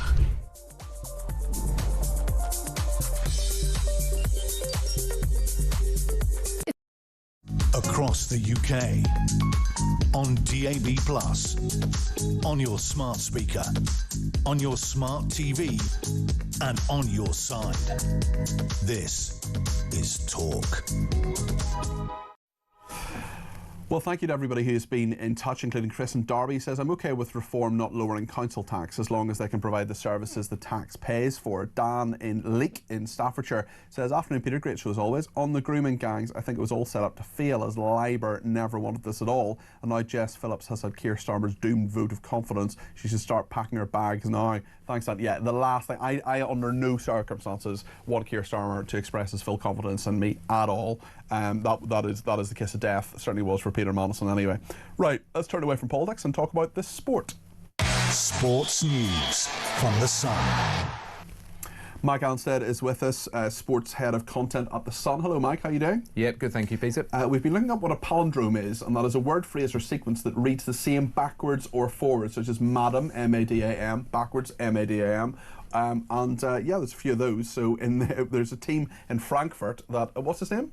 Well, Hugo Ekitike, who's the Liverpool striker. Oh, it's the striker. Apologies. Yes, the Liverpool striker. So his surname is a palindrome, like Otto in The Simpsons. Otto in The Simpsons is also a palindrome. So in the Champions League, Liverpool are hoping to return to the winning ways in Germany tonight. They face Frankfurt, and one of their new signings is going to go toe-to-toe. Palindrome man. Can the Reds win? Well, it's a big game, yeah. So they've lost 4 in 4. This is Liverpool, who spent £460 million in the summer. Giant rebuild after winning the Premier League. They obviously brought in Isaac, Wirtz, Frimpong, Kerkez and Ekitike. I'd argue Ekitiki's probably been the only success so far. Look, it's early days. You can't write off these players after a couple of months. So he's going back to Frankfurt tonight. Is he going to start? Well, we'll find out fairly soon. But to be honest, he's been the one who's actually been the bright spark for them. Isaac, £125 million striker, has really struggled, and there's an argument this guy should have been starting a lot of the games. I think if they hadn't have signed Isaac, or Isaac wasn't the British record signing, I think this bloke would have started every game so far, and Isaac would have had to wait his turn on the bench. But we all know the politics. When you've got a superstar signing, you need to get him in the team as soon as possible. It was a good night for Newcastle last night after they won 3-0 against Benfica, but all the talk is about the Magpies' goalkeeper's assist for Harvey Barnes. Tell us about this. Yeah, so Nick Pope, Nick Pope's a sort of veteran of the Premier League now. He's obviously spent a lot of time at Burnley and then Newcastle, but it was a fantastic assist. You know, grabs the ball, they're 1-0 up, chucks it. Peter Schmeichel's better to lob it a long way to the halfway line. This went 65 yards, still moving at pace as Harvey Barnes latches onto it, takes a few touches, put in the bottom corner. It was brilliant. It was people comparing it to an NFL quarterback that, is kind of Tom Brady, and, is he going to touchdown in America next summer with England? So you live there? Exactly. Anthony Gordon's tipping him to be in England's squad, his teammate. He's saying nice words about him. So let's see. But it was a great to see an assist from a keeper. You don't get them too often. Tell us about the outerwear at Nottingham Forest. Sean Dyche stamping out certain garments. What are they and why? Exactly. Well, I think a lot of our readers will quite admire Sean Dyche and his ways. Look, some people see him as a dinosaur. Other people just say, look, he's a boss who knows what he wants and he's a disciplined guy. He's done this before, but he's made it clear it's going to happen again at Forest. Snoods banned. What are snoods? Snoods are kind of like a scarf that goes all the way around your neck kind of thing. So you pull it over your head and it's a tight thing to kind of keep the heat out. Oh, I've seen those. Yeah. I'll get you one for Christmas. I look forward to it. And snoods and hats are banned. So, and I think gloves, he didn't mention gloves, so I imagine they are. So when they're running around at training ground on the pitch, you're not going to see those. He says he's going to allow white socks. What if they get cold? I think they've got to get on with it. If they get cold, I think he's going to turn around and say you've got to run around a bit more, work a bit harder. So, warm yourself up a bit more. All the players know where they stand with him. He's got his first match for Nottingham Forest tomorrow night in the Europa League against Porto. Look, he's the third manager they've had in 3 months, third manager of the season under Evangelos Marinakis, who's the big Greek guy, the big beast in charge of them. Can he succeed? Hope so. Look, he's a veteran boss and done a lot of good work down the years, and Sean Dyche, so good luck to him. We have very strict dress code in this office. I know you wanted to wear one of those, V-neck things like they do in the Only Way is Essex, with your heavage. Yeah, exactly. But you're not allowed to. You gotta wear it. I wore a t-shirt. It was a really, really hot day during the heat wave. Was a couple of years ago. I wore a t-shirt and I was accused of channeling Zelensky chic. Oh, really? Wow. Yeah. I was then told by a senior manager that I was to wear a shirt. So that was it. Listen, thank you very much indeed. That's Mike Anstead there, who's the head of content for sport at The Sun. Appreciate you coming in. Let's hear a bit from Keir Starmer, because he was under pressure today in the House of Commons on this rape gangs inquiry. Let's see what happened there. We owe it to them and to Fiona and to the country to answer the concerns that they have raised. The inquiry is not and will never be watered down. Its scope will not change. It will examine the ethnicity and religion of the offenders, and we will find the right person to chair the inquiry. I can tell the House today, Mr. Speaker, that Dame Louise Casey will now support the work of the inquiry, and it will get to the truth. Injustice will have no place to hide. Keir Starmer there talking about the rape gangs inquiry, and if you've any thoughts on what he was saying, whether you think this will go ahead properly. I mean, there's just so many people dropping out now. Jim Gamble, who was sort of a child exploitation expert, he was due to be the chair of it, or certainly chairman of it. He was certainly one of the candidates anyway. Well, he's dropped out as well. Lots of people getting in touch about this one in, one out scandal as well. This guy who was sent away to France and then of course comes back in a small boat again. Andy says the one in, one out migrant used money given to him by the UK government to return to the UK. Why don't we miss the middleman out and pay gangs money not to send people on boats? We would be quids in the long run, says Andy in Cornwall. Jane says, how can anyone believe a word the Prime Minister says? We all know what the Prime Minister thinks of UK citizens. The sooner this government falls, the better. Margaret in Birmingham says this migration issue, it's like a Carry On film, Carry On Crossing. We even paid him to go, I think, vouchers. This will never ever stop. It is just another gimmick. And Mike in Lincoln has been in touch as a veteran who swore my oath to the Queen and an uber royalist. I have to say I agree with the Reverend Kyle Paisley. This is Ian Paisley's son, the Reverend Ian Paisley's son Kyle, who has said that the King should not be praying with the Pope tomorrow. Mike in Lincoln continues. The King is the head of the Anglican Church and is meeting the woke Pope should have been restricted to his wokeism. Praying together should not be on the agenda. He'll further fracture the Anglican Congress. Never thought I'd agree that a monarch should abdicate.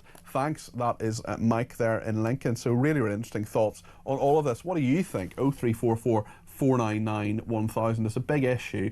Perhaps to some people, the big issue, of course, in regard to the rape gangs inquiry we're going to talk about next with the Shadow Home Office Minister, Matt Vickers. Day 2 days in a row of Matt Vickers. He is going to be talking to us about this inquiry in chaos. It's falling apart. The 2 potential chairmen have gone, 4 victims have pulled out, as well as an advisory panel in regard to this. They've told Jess Phillips to step down. She's got the confidence vote from Keir Starmer. We'll talk about all those issues as well. Angela Rayner as well. We'll see a little bit about what she has been saying. She's been in the House of Commons today. First time since that scandal that removed her as Deputy Prime Minister. She's been giving her resignation speech, and we'll hear a little bit of that and get reaction from Matt Vickers. We spoke to Richard Tice about that earlier. But of course I want to talk to you too between now and Samara Gill at 7 o'clock. 0344 499 1000 is the number to call. Give me a shout.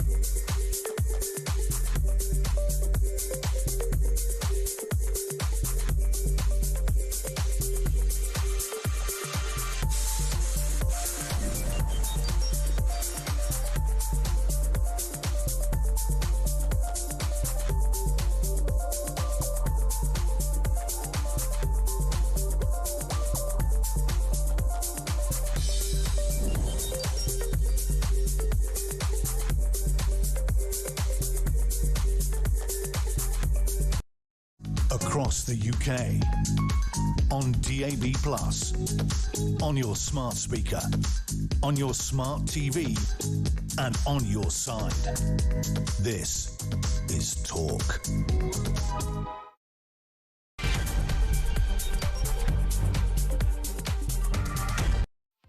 Good evening, this is Talk. I'm Peter Cardwell. Thank you so much for your company. There's lots to talk about between now and 7 o'clock when Samara Gill is here in for Kevin O'Sullivan between 7 and 10. We're talking about the rape gangs inquiry. It's all falling apart. We're also talking about migration numbers because there are people, well, one in particular, who was deported to France and then came back on a small boat again, a second time. So one in, one out, but then he's back. So we'll talk to Matt Vickers, the Shadow Home Office Minister, about that again in a minute.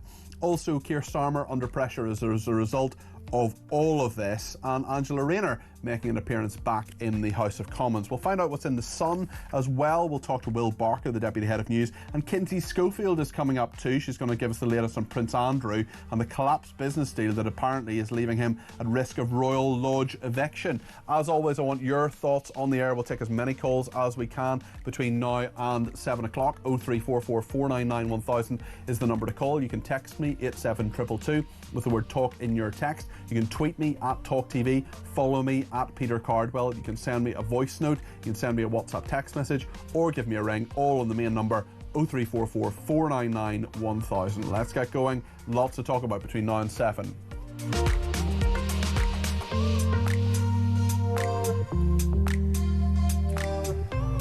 Well, Keir Starmer under pressure today at PMQs. Every Wednesday with Julia, I look over PMQs with her and give my commentary on it at 12 o'clock. So another little Cardi P appointment for you there. Keir Starmer defending the rape gangs inquiry at PMQs today. Let's look back on this. We owe it to them and to Fiona and to the country to answer the concerns that they have raised. The inquiry is not and will never be watered down. Its scope will not change. It will examine the ethnicity and religion of the offenders, and we will find the right person to chair the inquiry. I can tell the House today, Mr. Speaker, that Dame Louise Casey will now support the work of the inquiry, and it will get to the truth. Injustice will have no place to hide. Well, Matt Vickers is with me, the Shadow Home Office Minister and Conservative MP for Stockton West. We know as well, Matt, that Jim Gamble, who was the last man standing really, he was meant to be one of the candidates for chairman of this inquiry. He's pulled out now as well. He'll actually be on with Julia Hartley-Brewer tomorrow morning giving his side of these events. We know that 4 advisors who've been through this hell themselves have pulled out as well. What does this say about the inquiry that has taken such a long time to actually get its feet get moving in any direction, and now 4 months on since it was announced, no terms of reference, no chairman or woman, and advisors dropping out? I mean, it's a shambles, isn't it? But the reality is that this is one of the most serious responsibilities the government has now. What went on here is an absolute scar on our country, on our criminal justice system, on society as a whole. What happened to these young girls is absolutely disgusting, and it should be the utmost priority for government to get this right and get on with it. But the reality is, they were dragged kicking and screaming to this, the government. They did not want this national inquiry. They wanted some localised thing where councils would be marking their own homework on this situation. They were never committed to doing this in the first place. They fought tooth and nail. They were forced to vote on it. 3 times Labour MPs voted against a national statutory inquiry. They then agreed to it with, under pressure, under siege, forced into this, and now they're not delivering on the agreement that they made to do it. It's a shambles. 4 people. I mean, what we were talking yesterday, we were 2 down then. We're now 4 down. The last man standing for chairman, no longer interested, not willing to put his name to this. You've got victims calling for Jess Phillips to go. Well, speaking of Jess Phillips, actually, Matt, it's really interesting you mentioned that because, as you say, there have been a number of these victims who've told her to go. She was in the House of Commons yesterday. I just want to play that clip again. Just listen to, I'm saying to our viewers and listeners, I know you were there, just listen to the tone in which she reads out the statement. I find it really interesting. I think it can be quite telling, not just the words, but the tone. Let's hear this again. Conversation with Oldham is, do we not think it might be better for them just to take part in a statutory inquiry that It is absolutely nothing to do with the idea that Oldham is telling me what to do. And the more people from that side, he can hold up his paper and have a smug face all he likes, but the fact of the matter is that there is absolutely no council in this country who will tell this inquiry where it can and cannot go. I have said that 1,000,000 times from this dispatch box, and yet the same thing gets peddled again and again. Clearly a lot of frustration there, Matt. What's your take on that? I think ridiculously aggressive tone. I don't think, you know what, to the victims out there, we've now been at this for 10 months having an argument about an inquiry. These people want answers. We're at a position where there is no chair, there is no schedule or timetable for this thing. There is no confidence in this process amongst victims anymore. And for victims sat at home watching that, I just think they'll be appalled. I think it's a ridiculous attitude to have. I think you should be there, open to the scrutiny on what is a really, really serious issue. You've got victims saying that they're being treated, in a condescending way, that controlling language being used. The thing is an utter shambles, and it should be a priority of the government to get it right. Let's talk about one in, one out, because we know that one of these people who has been sent to France has come back on a dinghy. So he came on a dinghy, was assessed as someone who was here, shouldn't be here, sent back, has come back. I mean, this was a scheme that you argued for in government as the Conservatives. You tried to do it. So, I mean, are you surprised that this has happened? In government, and now we wanted anybody arriving, breaking into this country, to be detained and removed. They were going to be sent home or to a safe third country. That is the only way you solve this problem, is with that deterrent. People need to know that if they break in, there are no benefits to doing so. There's no reason you should get on that dinghy. If we have that in place, if we have that deterrent in place and people know they can't stay, they will not rock up on our shores in the ever-increasing number that they are. I remember us having this conversation at the time when they launched this scheme, and the idea that it was 1 in, 1 out, which turned out to be something like 17 or 18 in, 1 out. And at the time we talked about being a crap raffle. You come over, you take your chance. You might be one of the 16 that gets in, or you might be the one that gets sent home. But then what was to stop you rocking up the next day? And that's exactly what's happened. What a surprise. We didn't see it coming at all, did we? A ridiculous scheme, this. The only way you're going to solve it... It's a ridiculous scheme, but the Conservatives argued for it, Matt. Your party argued for this scheme in government. No. We did. We had the Rwanda scheme. Yes, but you argued for that. You tried to get the one... Matt, it is a matter of fact that the Conservatives tried to get the 1 in, 1 out scheme happening. We said the only way to solve this was with that deterrent, the deterrent that you're getting sent home. And if you can't be sent home for whatever reason, we were sending you to Rwanda. That is what needs to happen. There is no other solution. You have to tell these people they're not going to get to stay. The land, the land of milk and honey cannot go on. There are limits on resource here. We cannot carry on doing this. The only way to tell people, the only way to stop them coming is to send them back. Speaking of 1 in, 1 out, this person was sent away, but then came back again. Let's see Angela Rayner's resignation speech. Last few weeks have been incredibly tough on my family, with my personal life so much in the public eye. But I've always believed in the highest standards of transparency and accountability. And it is what the public expects, and it is the price we pay for the privilege of service. That's why I referred myself to the independent advisor and gave him access to all of the information he needed. I am, of course, corresponding with the HMRC, and they have my full cooperation. There is no excuse not to pay taxes owed, and I will do so. This was an honestly made mistake, but when you make a mistake, you take responsibility. Except the problem is that she did make a mistake, she didn't take responsibility, and she didn't pay what she should have paid, and that's why she's not Deputy Prime Minister anymore. Do you have sympathy for her today, Matt? I think she said it herself, there are no excuses for not paying the taxes you own. And actually, for those people out there who are losing their jobs, who are seeing local businesses being absolutely battered by this government, paying ever-increasing amounts of tax. Those employers who are about to be tied up by the employment rights bill that she's brought in, that's going to hamper the opportunities that they can offer to young people, they'll have very, very little sympathy. What Angela Rayner needs to do is she needs to go out and vote Conservative, because we're going to abolish stamp duty, because it's the biggest drag. She'd be fine.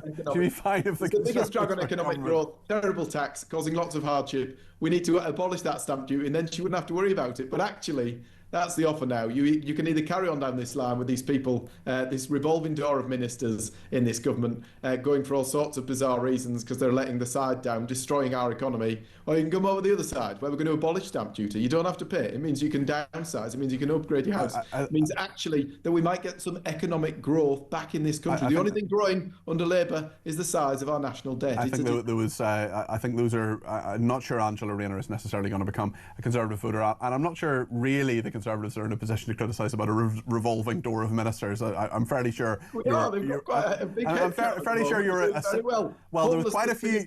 I mean, what five leaders of the Conservative Party in the last 5 years, Matt. Anyway, listen, I want to put this to you. Andy in Thatcham says the grooming gangs were reported on back in 2012. The Tories did nothing. Let's not just let Vickers talk about how Labour have been dragged into doing something. What would you say to Andy? I would say that the report, well, actually, no. When we found out about the fact that this thing was so widespread, we didn't find out at the time. We now know that more than 50 towns in the UK it's happening. But actually, if you go back to the report that people keep talking about, lots of Labour Party members talking about it, that was about wider child sexual exploitation. It was about a much greater thing than child grooming. And it sat on a shelf in the Home Office and nothing happened for 18 months. Well, that's not true, is it? It is. It is true. It is true. Up the grooming. No, it's not true. It is true. It was the J report was given to the Home Office, and the Home Office did nothing about it. How many of the? All right, if it's not true, then hold on. Hold on a second. Hold on a second. Let me ask the question. How many of those recommendations of the 20 recommendations of the J report were implemented by a Conservative government? The most fundamental one to grooming gangs was the Grooming Gangs Task Force that was set up. It helped. So 1 out of 20. More than 500 victims. It helped to identify more than 4,000 perpetrators, and therefore we could hold those people to account. We could support those victims. That was sizable. It was huge and made a real difference to many of these. Well, there are 19 others, and even today. Okay. Well, even today, there are still 18 of those recommendations that still haven't been implemented. Begging the question: what's the point of these inquiries? Matt, sorry, go ahead. Those are more widely than grooming gangs. It was a child sexual exploitation report. It was not a grooming gangs. This is a very different issue. 50 towns in this country. Have you heard what's happened to some of these young girls? Yeah. Of course we need this inquiry. We need it now. We shouldn't have been, the government should not have been dicking around with it for 10 months. No chair, no timetable, no confidence from victims. It is a disgrace, and we're letting down people who have been let down time and time again in this country. It is not acceptable. She should go. These victims should be listened to, and justice should be done. Matt, thank you. That's Matt Vickers there. He is the Shadow Home Office Minister and the Conservative MP for Stockton West. On migration, Tony's been in touch from Doncaster. 0344 499 1000 is the number he's called. Tony, what do you think? What would you like to say? Hi, Peter. It's about Keir Starmer. Hello? Tony, are you there? Sorry? Hello? Yeah. Can you hear me now? Yes, Peter? I can. How are you doing? Go ahead. I'm good. Right, it's about Keir Starmer. How can I put it? I'm perplexed that everybody's ringing in blaming Keir Starmer for the state of the economy. People don't get the bigger picture. Who actually voted him in? We, as the collective people of the UK, voted him in. If you've got a football club and the manager's rubbish, it's the owner that's took him on. And everybody seems to be blaming Keir Starmer for the state of the government. But he said he would sort out the economy. He said that was a priority, and he hasn't done that. Well, can I just say, before I go any further, Peter, I am not a fan of Keir Starmer. Okay. But let's just get a couple of things right now. Sure. Number one, he only got in because the Conservatives absolutely made a total mess of the migrant problem, and they actually said they were going to clear the boat problem up. So all we've got is one inefficient government preceded by another inefficient government. And here's the bigger point that I've rung in about. The amount of migrants that are claiming benefit, as bad and as tragic as it is for the government, and we all want to get this cleared up, is absolute minuscule compared to the amount of people out there, British people of all minorities and all colours, that are fiddling the benefit system and actually making this country bankrupt. And nobody ever rings up and say, do you know what? There's millions of British people claiming benefits. There's nothing wrong with them. And we've got a farcical situation next month where the Chancellor is going to hammer working people, because everybody listening to this call will know somebody on their streets that is claiming benefits that doesn't need benefits. And that is a bigger problem. It is a bigger problem, and I don't disagree with what you're saying, Tony, at all. And I do think more needs to be done. But the problem is when Keir Starmer wants to do it, even with a huge majority, wants to cut £5 billion off the benefits bill, well, so many of his backbenchers rebel, and they show that even if he wants to lead, even if he wants to do things, he can't, because they won't allow him to do so. But Peter, I agree. But do we not have the same problem with the Conservative government? And have we not had this problem for the last 20 years under successive governments of all parties? Yeah, it's true. Absolutely true. Last point I'm going to say before I go. Working people listening to this call must be absolutely in despair when there's people on their estates that are not working. They're claiming more money and getting more money than working people. And I just think it's a sad reflection of society. OK, listen, I agree with basically every single thing you said. Tony in Doncaster, thank you for that. Darryl in Lincoln says, hi Peter, I think King Charles is doing a lot to try to bring religions together, and I'm all for him being there at the Vatican. As a Muslim, I read the Quran, and it clearly states that we should accept all other religions and show respect towards them. I would happily pray next to a Jew or a Christian anytime. Religion is a mantle for peace and unity, not war and terrorism and hatred. This is not what God asked them for any of us. So a sort of existential kind of theological debate today, as well as many other things. Keep your calls coming in. We're going to speak to Kinsey Schofield in a second about the King's brother, Prince Andrew. What's the future for him? Stay with us.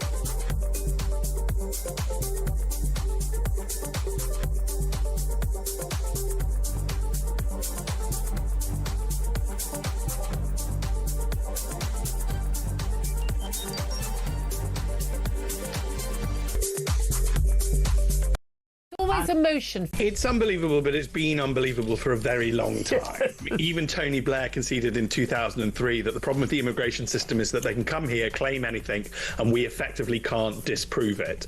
So then he dressed it up, and successive governments dressed it up in sort of faux law, fake law, where, you know, we have some sort of nebulous concept of a hearing, and the judge is supposed to decide everything. We gleefully ignored whilst we were making money and the country was fine. We're no longer making money, the country's not fine, and by the way, these people are coming in ridiculous numbers that we simply cannot cope with.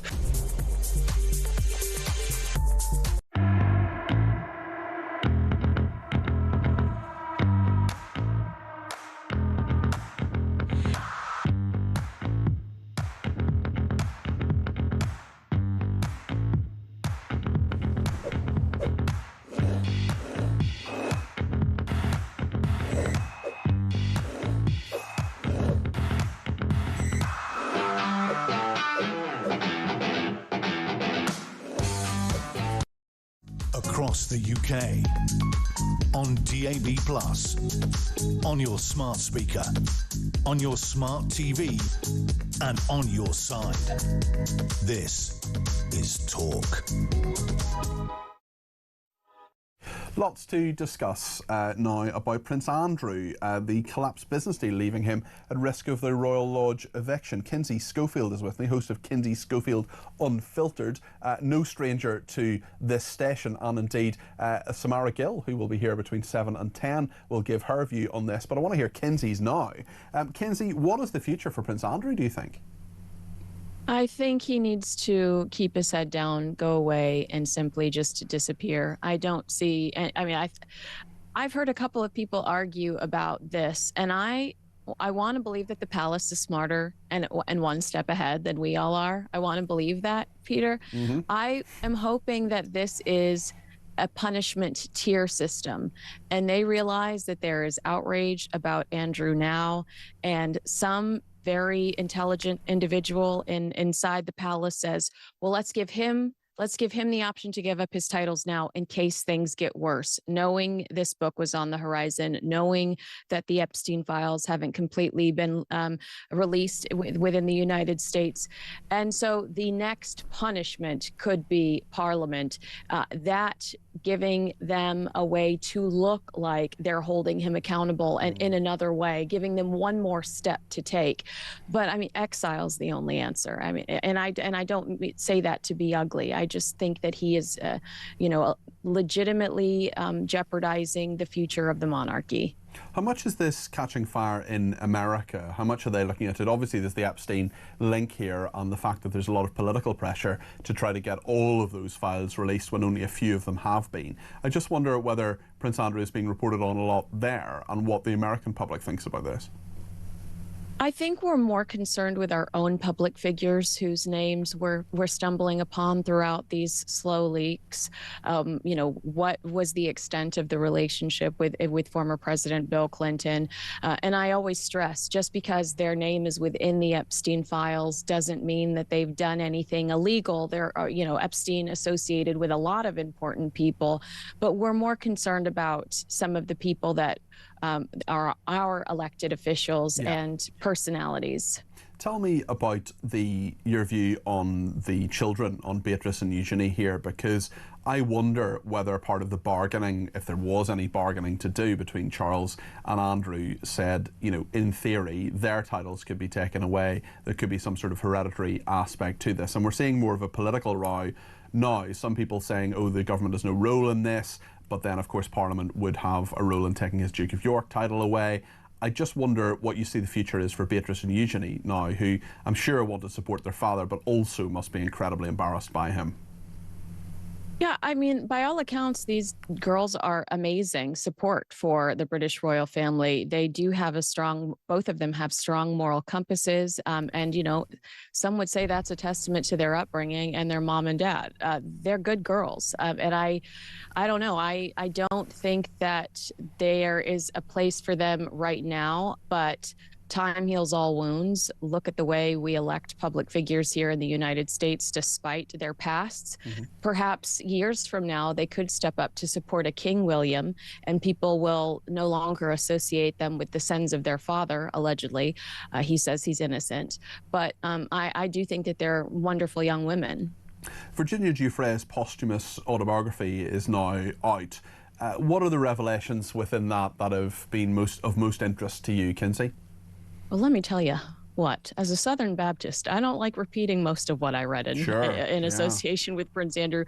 I mean, the most vile to me was, the good job the next day after night one with Prince Andrew from Ghislaine Maxwell, telling her that, he'd had a lot of fun, or that, she'd done a really good job. She was pleased with her.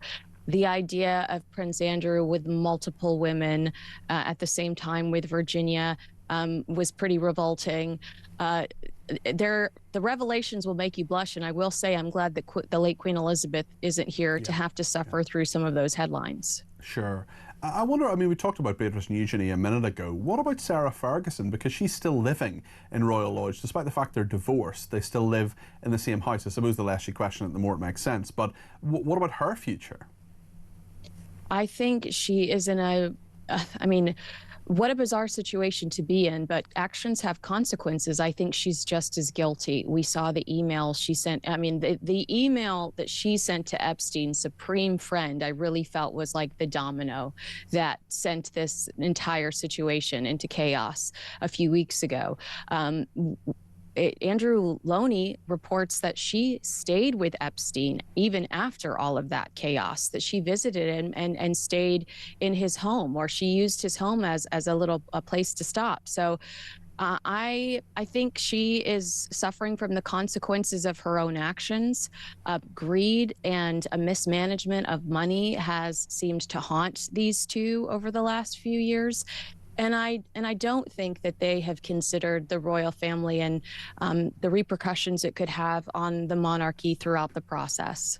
You've talked about exile, you've talked about Andrew going away somewhere. Where should he go? Should he do charity work, as some shamed figures have done? Should he just have a totally quiet life, and should he definitely leave Royal Lodge, in your opinion? Because there are so many people who believe, quite rightly, that he is in some way receiving a subsidy from the taxpayer by continuing to live there, and they don't want him as a member of the royal family in any way, really. There's been talk about, an abandoned castle in Scotland that his grandmother used to live in. We know he likes to spend time on a golf course, go to Dubai, go to one of these places where we know you have financial contacts. I do think that he's a thorn in their side at Windsor. Prince William, who's going to be king one day, has chosen to make that his home. He's about to move into another cottage there with his family, and he wants that to be their forever home, knowing that there's a royal rebel on the estate that could potentially be causing trouble or more attention to this little sanctuary you're trying to build. I think that Prince William would be irritated by that and concerned for his family's safety. Kinsey, great to talk to you. That's Kinsey Schofield there, who is host of Kinsey Schofield Unfiltered. Thanks for joining me on Talk Drive today. What do you think of all of this? What should Andrew do next? Half an hour of the programme left. We'll take as many calls as we can on all the issues we're talking about today, whether it's the rape gang scandal, whether it's migration, whether it's Reform UK, whether it's Nadia Sawalha. No matter what you want to talk about, 0344 499 1000. We'll find out what's in the Sun tomorrow as well. There's a story about coffee, which I'm sure you're going to have an opinion on. Stay with us.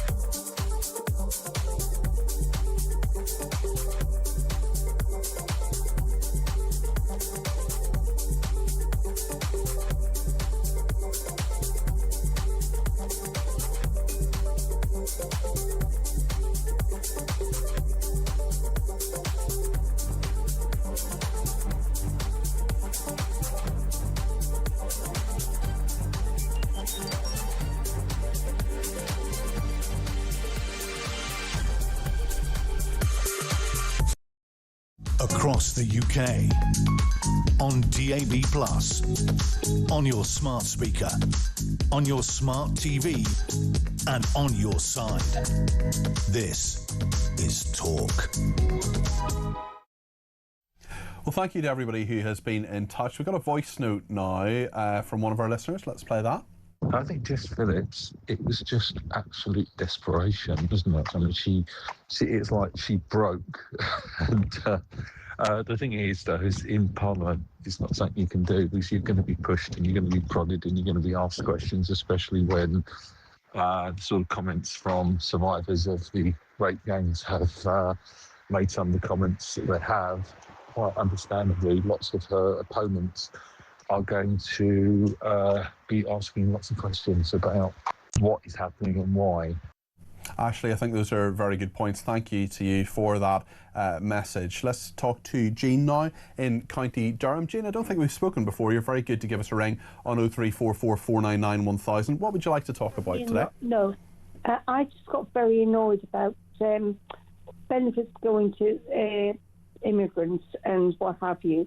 And before Labour got into power, they said, well, we're going to back the WASPy ones. Yes. And then as soon as they got into power, we haven't got enough money to do it. Yeah, that's right. That's right. And actually, I remember in 2019 talking to a woman who said she was going to vote Labour because they were going to support the WASPy women, and then they got into power and didn't. Yeah. I mean, when I first heard about it, I wasn't expecting anything. Obviously, I hadn't even known about it. Yeah. And, are you one of those women affected, Jean?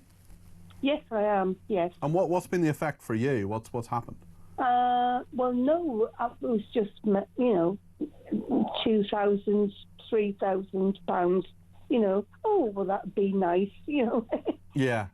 Because we've been deceived about the age of retirement.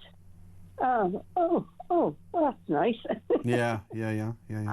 And all of a sudden it was quashed because they hadn't got enough money to do it. But they can afford money for illegal migrants, and they can, find money for. Well, there's so much frustration out there, Jean, and you really do articulate that frustration, certainly on the migration issue. Thank you for your call. We know there are so many people who really want migration to be sorted out. There's so many other things as well that people want to be sorted out, and thanks to someone in Wales who says, I pay taxes and a mass amount of national insurance. I live in Wales. It's been run by Labour for 26 years. I can't even get a doctor's appointment, nothing to do with the Tories. They've run the health education in Wales for 26 years. That's what Labour have done.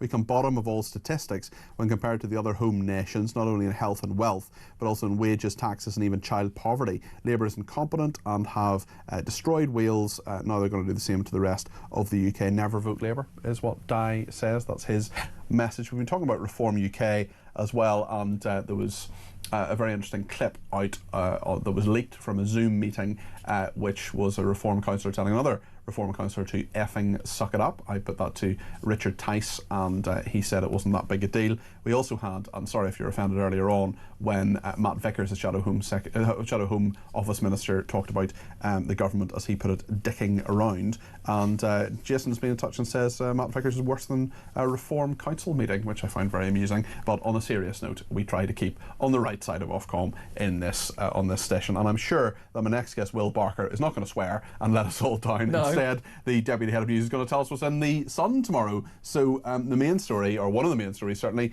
this ludicrous situation about migration, Will. Yes. Well, I think I'm sure you've been covering this as well. I think I've seen it on the ticker.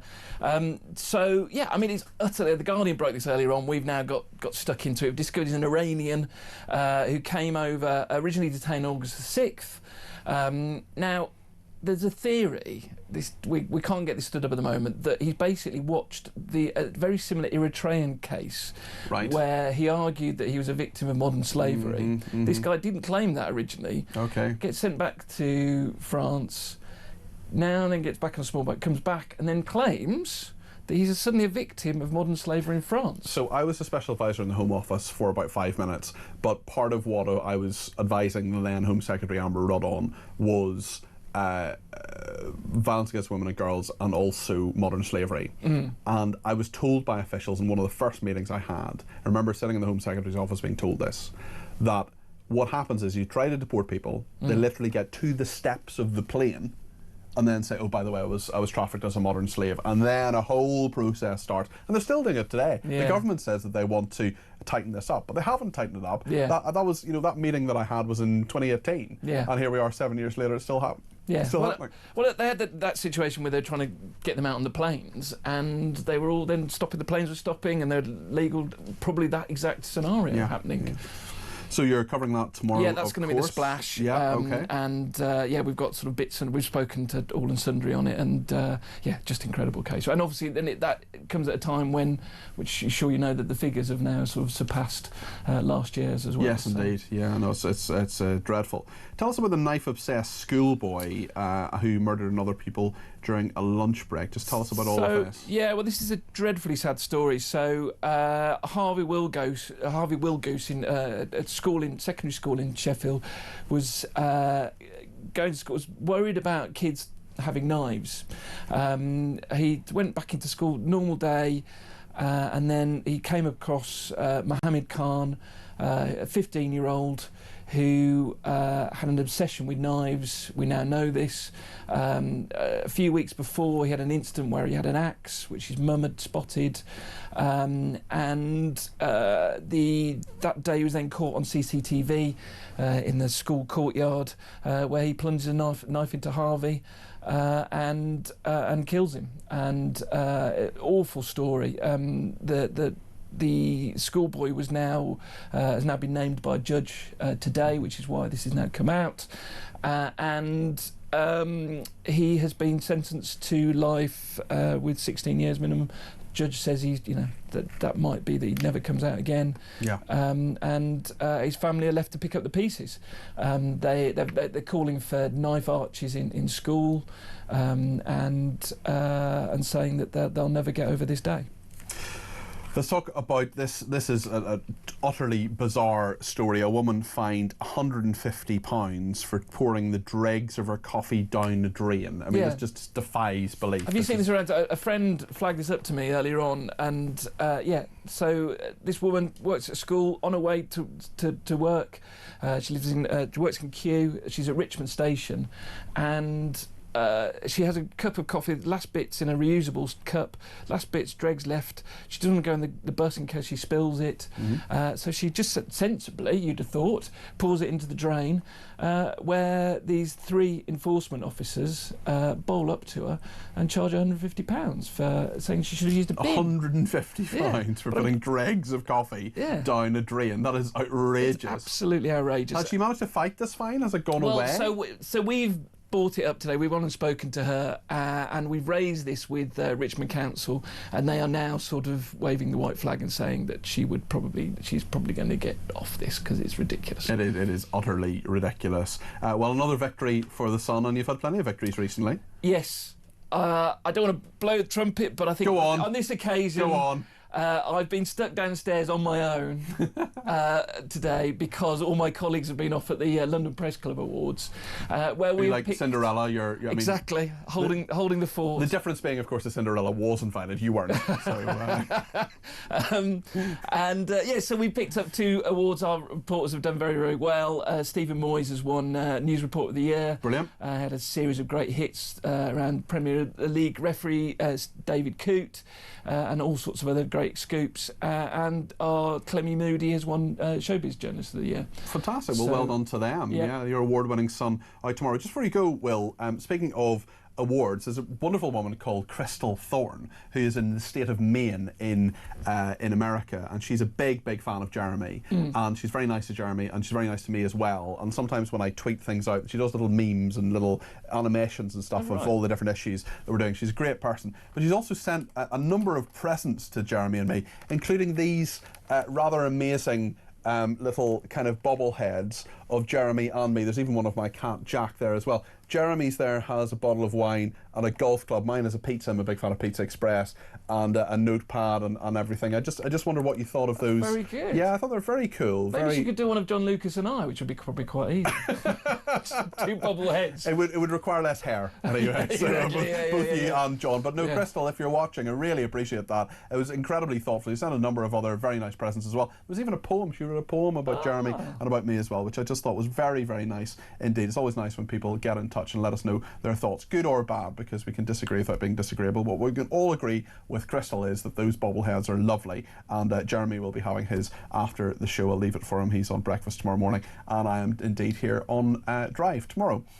Listen, Will, thank you very much, as always. That's Will Barker there, Deputy Head of News, the Cinderella of the Sun, who's there. I wonder who the fairy godmother is. But anyway, lots to discuss. We'll make sure we get your views on the air between now and 7. There's still time to get your call in between now and 7. I can see the phones going there. 0344 499 1000. Stay with us.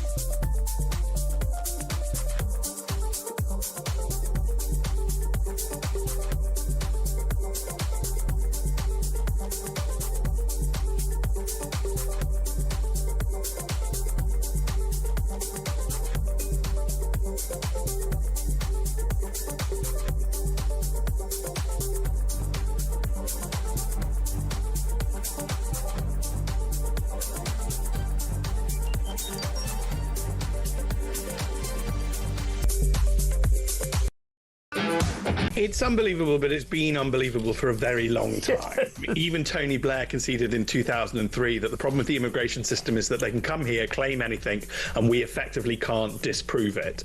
So then he dressed it up, and successive governments dressed it up in sort of faux law, fake law, where, you know, we have some sort of nebulous concept of a hearing, and the judge is supposed to decide everything. We gleefully ignored whilst we were making money and the country was fine. We're no longer making money, the country's not fine, and by the way, these people are coming in ridiculous numbers that we simply cannot cope with.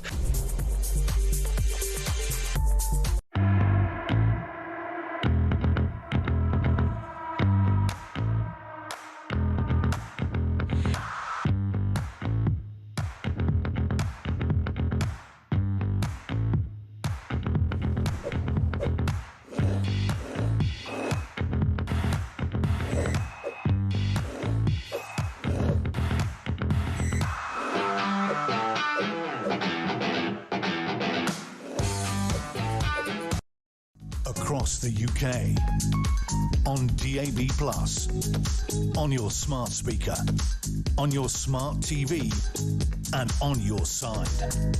This is Talk. Simon in Durham's been in touch. He says, "I regard the woman who poured the coffee down the drain. These enforcement officers who no clout just walk away from them and ignore their threats. End of issue," says Simon in Durham. This is a woman who was fined £150 in southwest London for putting coffee dregs down a drain.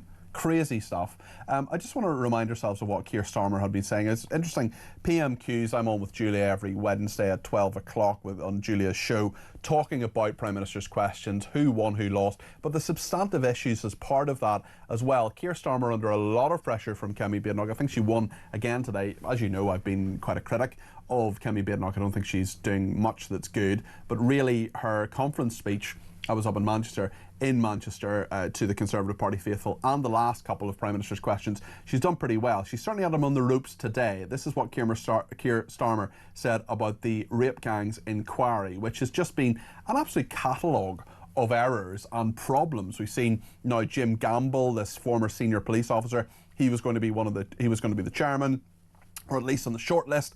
He's dropped out. Another potential candidate for chairman or chairwoman has dropped out. We've seen 4 people who are victims of this awful scourge of rape gangs, mainly Pakistani men, absolutely horrendous. 4 of them have dropped out from an advisory panel. It's 4 months on since the government said that they were going to set it up. It is just a total shambles. This is what Keir Starmer said during Prime Minister's questions in the House of Commons today. We owe it to them and to Fiona and to the country to answer the concerns that they have raised. The inquiry is not and will never be watered down. Its scope will not change. It will examine the ethnicity and religion of the offenders, and we will find the right person to chair the inquiry. I can tell the House today, Mr. Speaker, that Dame Louise Casey will now support the work of the inquiry, and it will get to the truth. Injustice will have no place to hide. Keir Starmer today in the House of Commons. Well, we also heard in the House of Commons today from Angela Rayner, the Deputy Prime Minister, as was. She, of course, resigned from that job, or was sacked from it, really, because of the stamp duty at her home. She gave her resignation speech, which they traditionally do a few weeks after they've resigned. This is what Angela Rayner said in the House of Commons today. The last few weeks have been incredibly tough on my family, with my personal life so much in the public eye. But I've always believed in the highest standards of transparency and accountability. And it is what the public expects, and it is the price we pay for the privilege of service. That's why I referred myself to the independent advisor and gave him access to all of the information he needed. I am, of course, corresponding with the HMRC, and they have my full cooperation. There is no excuse not to pay taxes owed, and I will do so. This was an honestly made mistake, but when you make a mistake, you take responsibility. Angela Rayner talking in the House of Commons earlier. Well, a lot of people think that a mistake has been made in terms of the one-in, one-out policy. This is another astonishing story today, that we have the fact that a migrant was brought over here, or came over here, I should say, in a dinghy by his own volition, an Iranian man. This is a big story in the Sun tomorrow, as we were hearing from Will Barker. Then he's gone back to France. He's been sent back to France under the one-in, one-out policy, and then he's come back in a dinghy again. It is absolutely ridiculous. So he's entered the UK twice as a result of the fact that we just cannot dissuade these people from coming.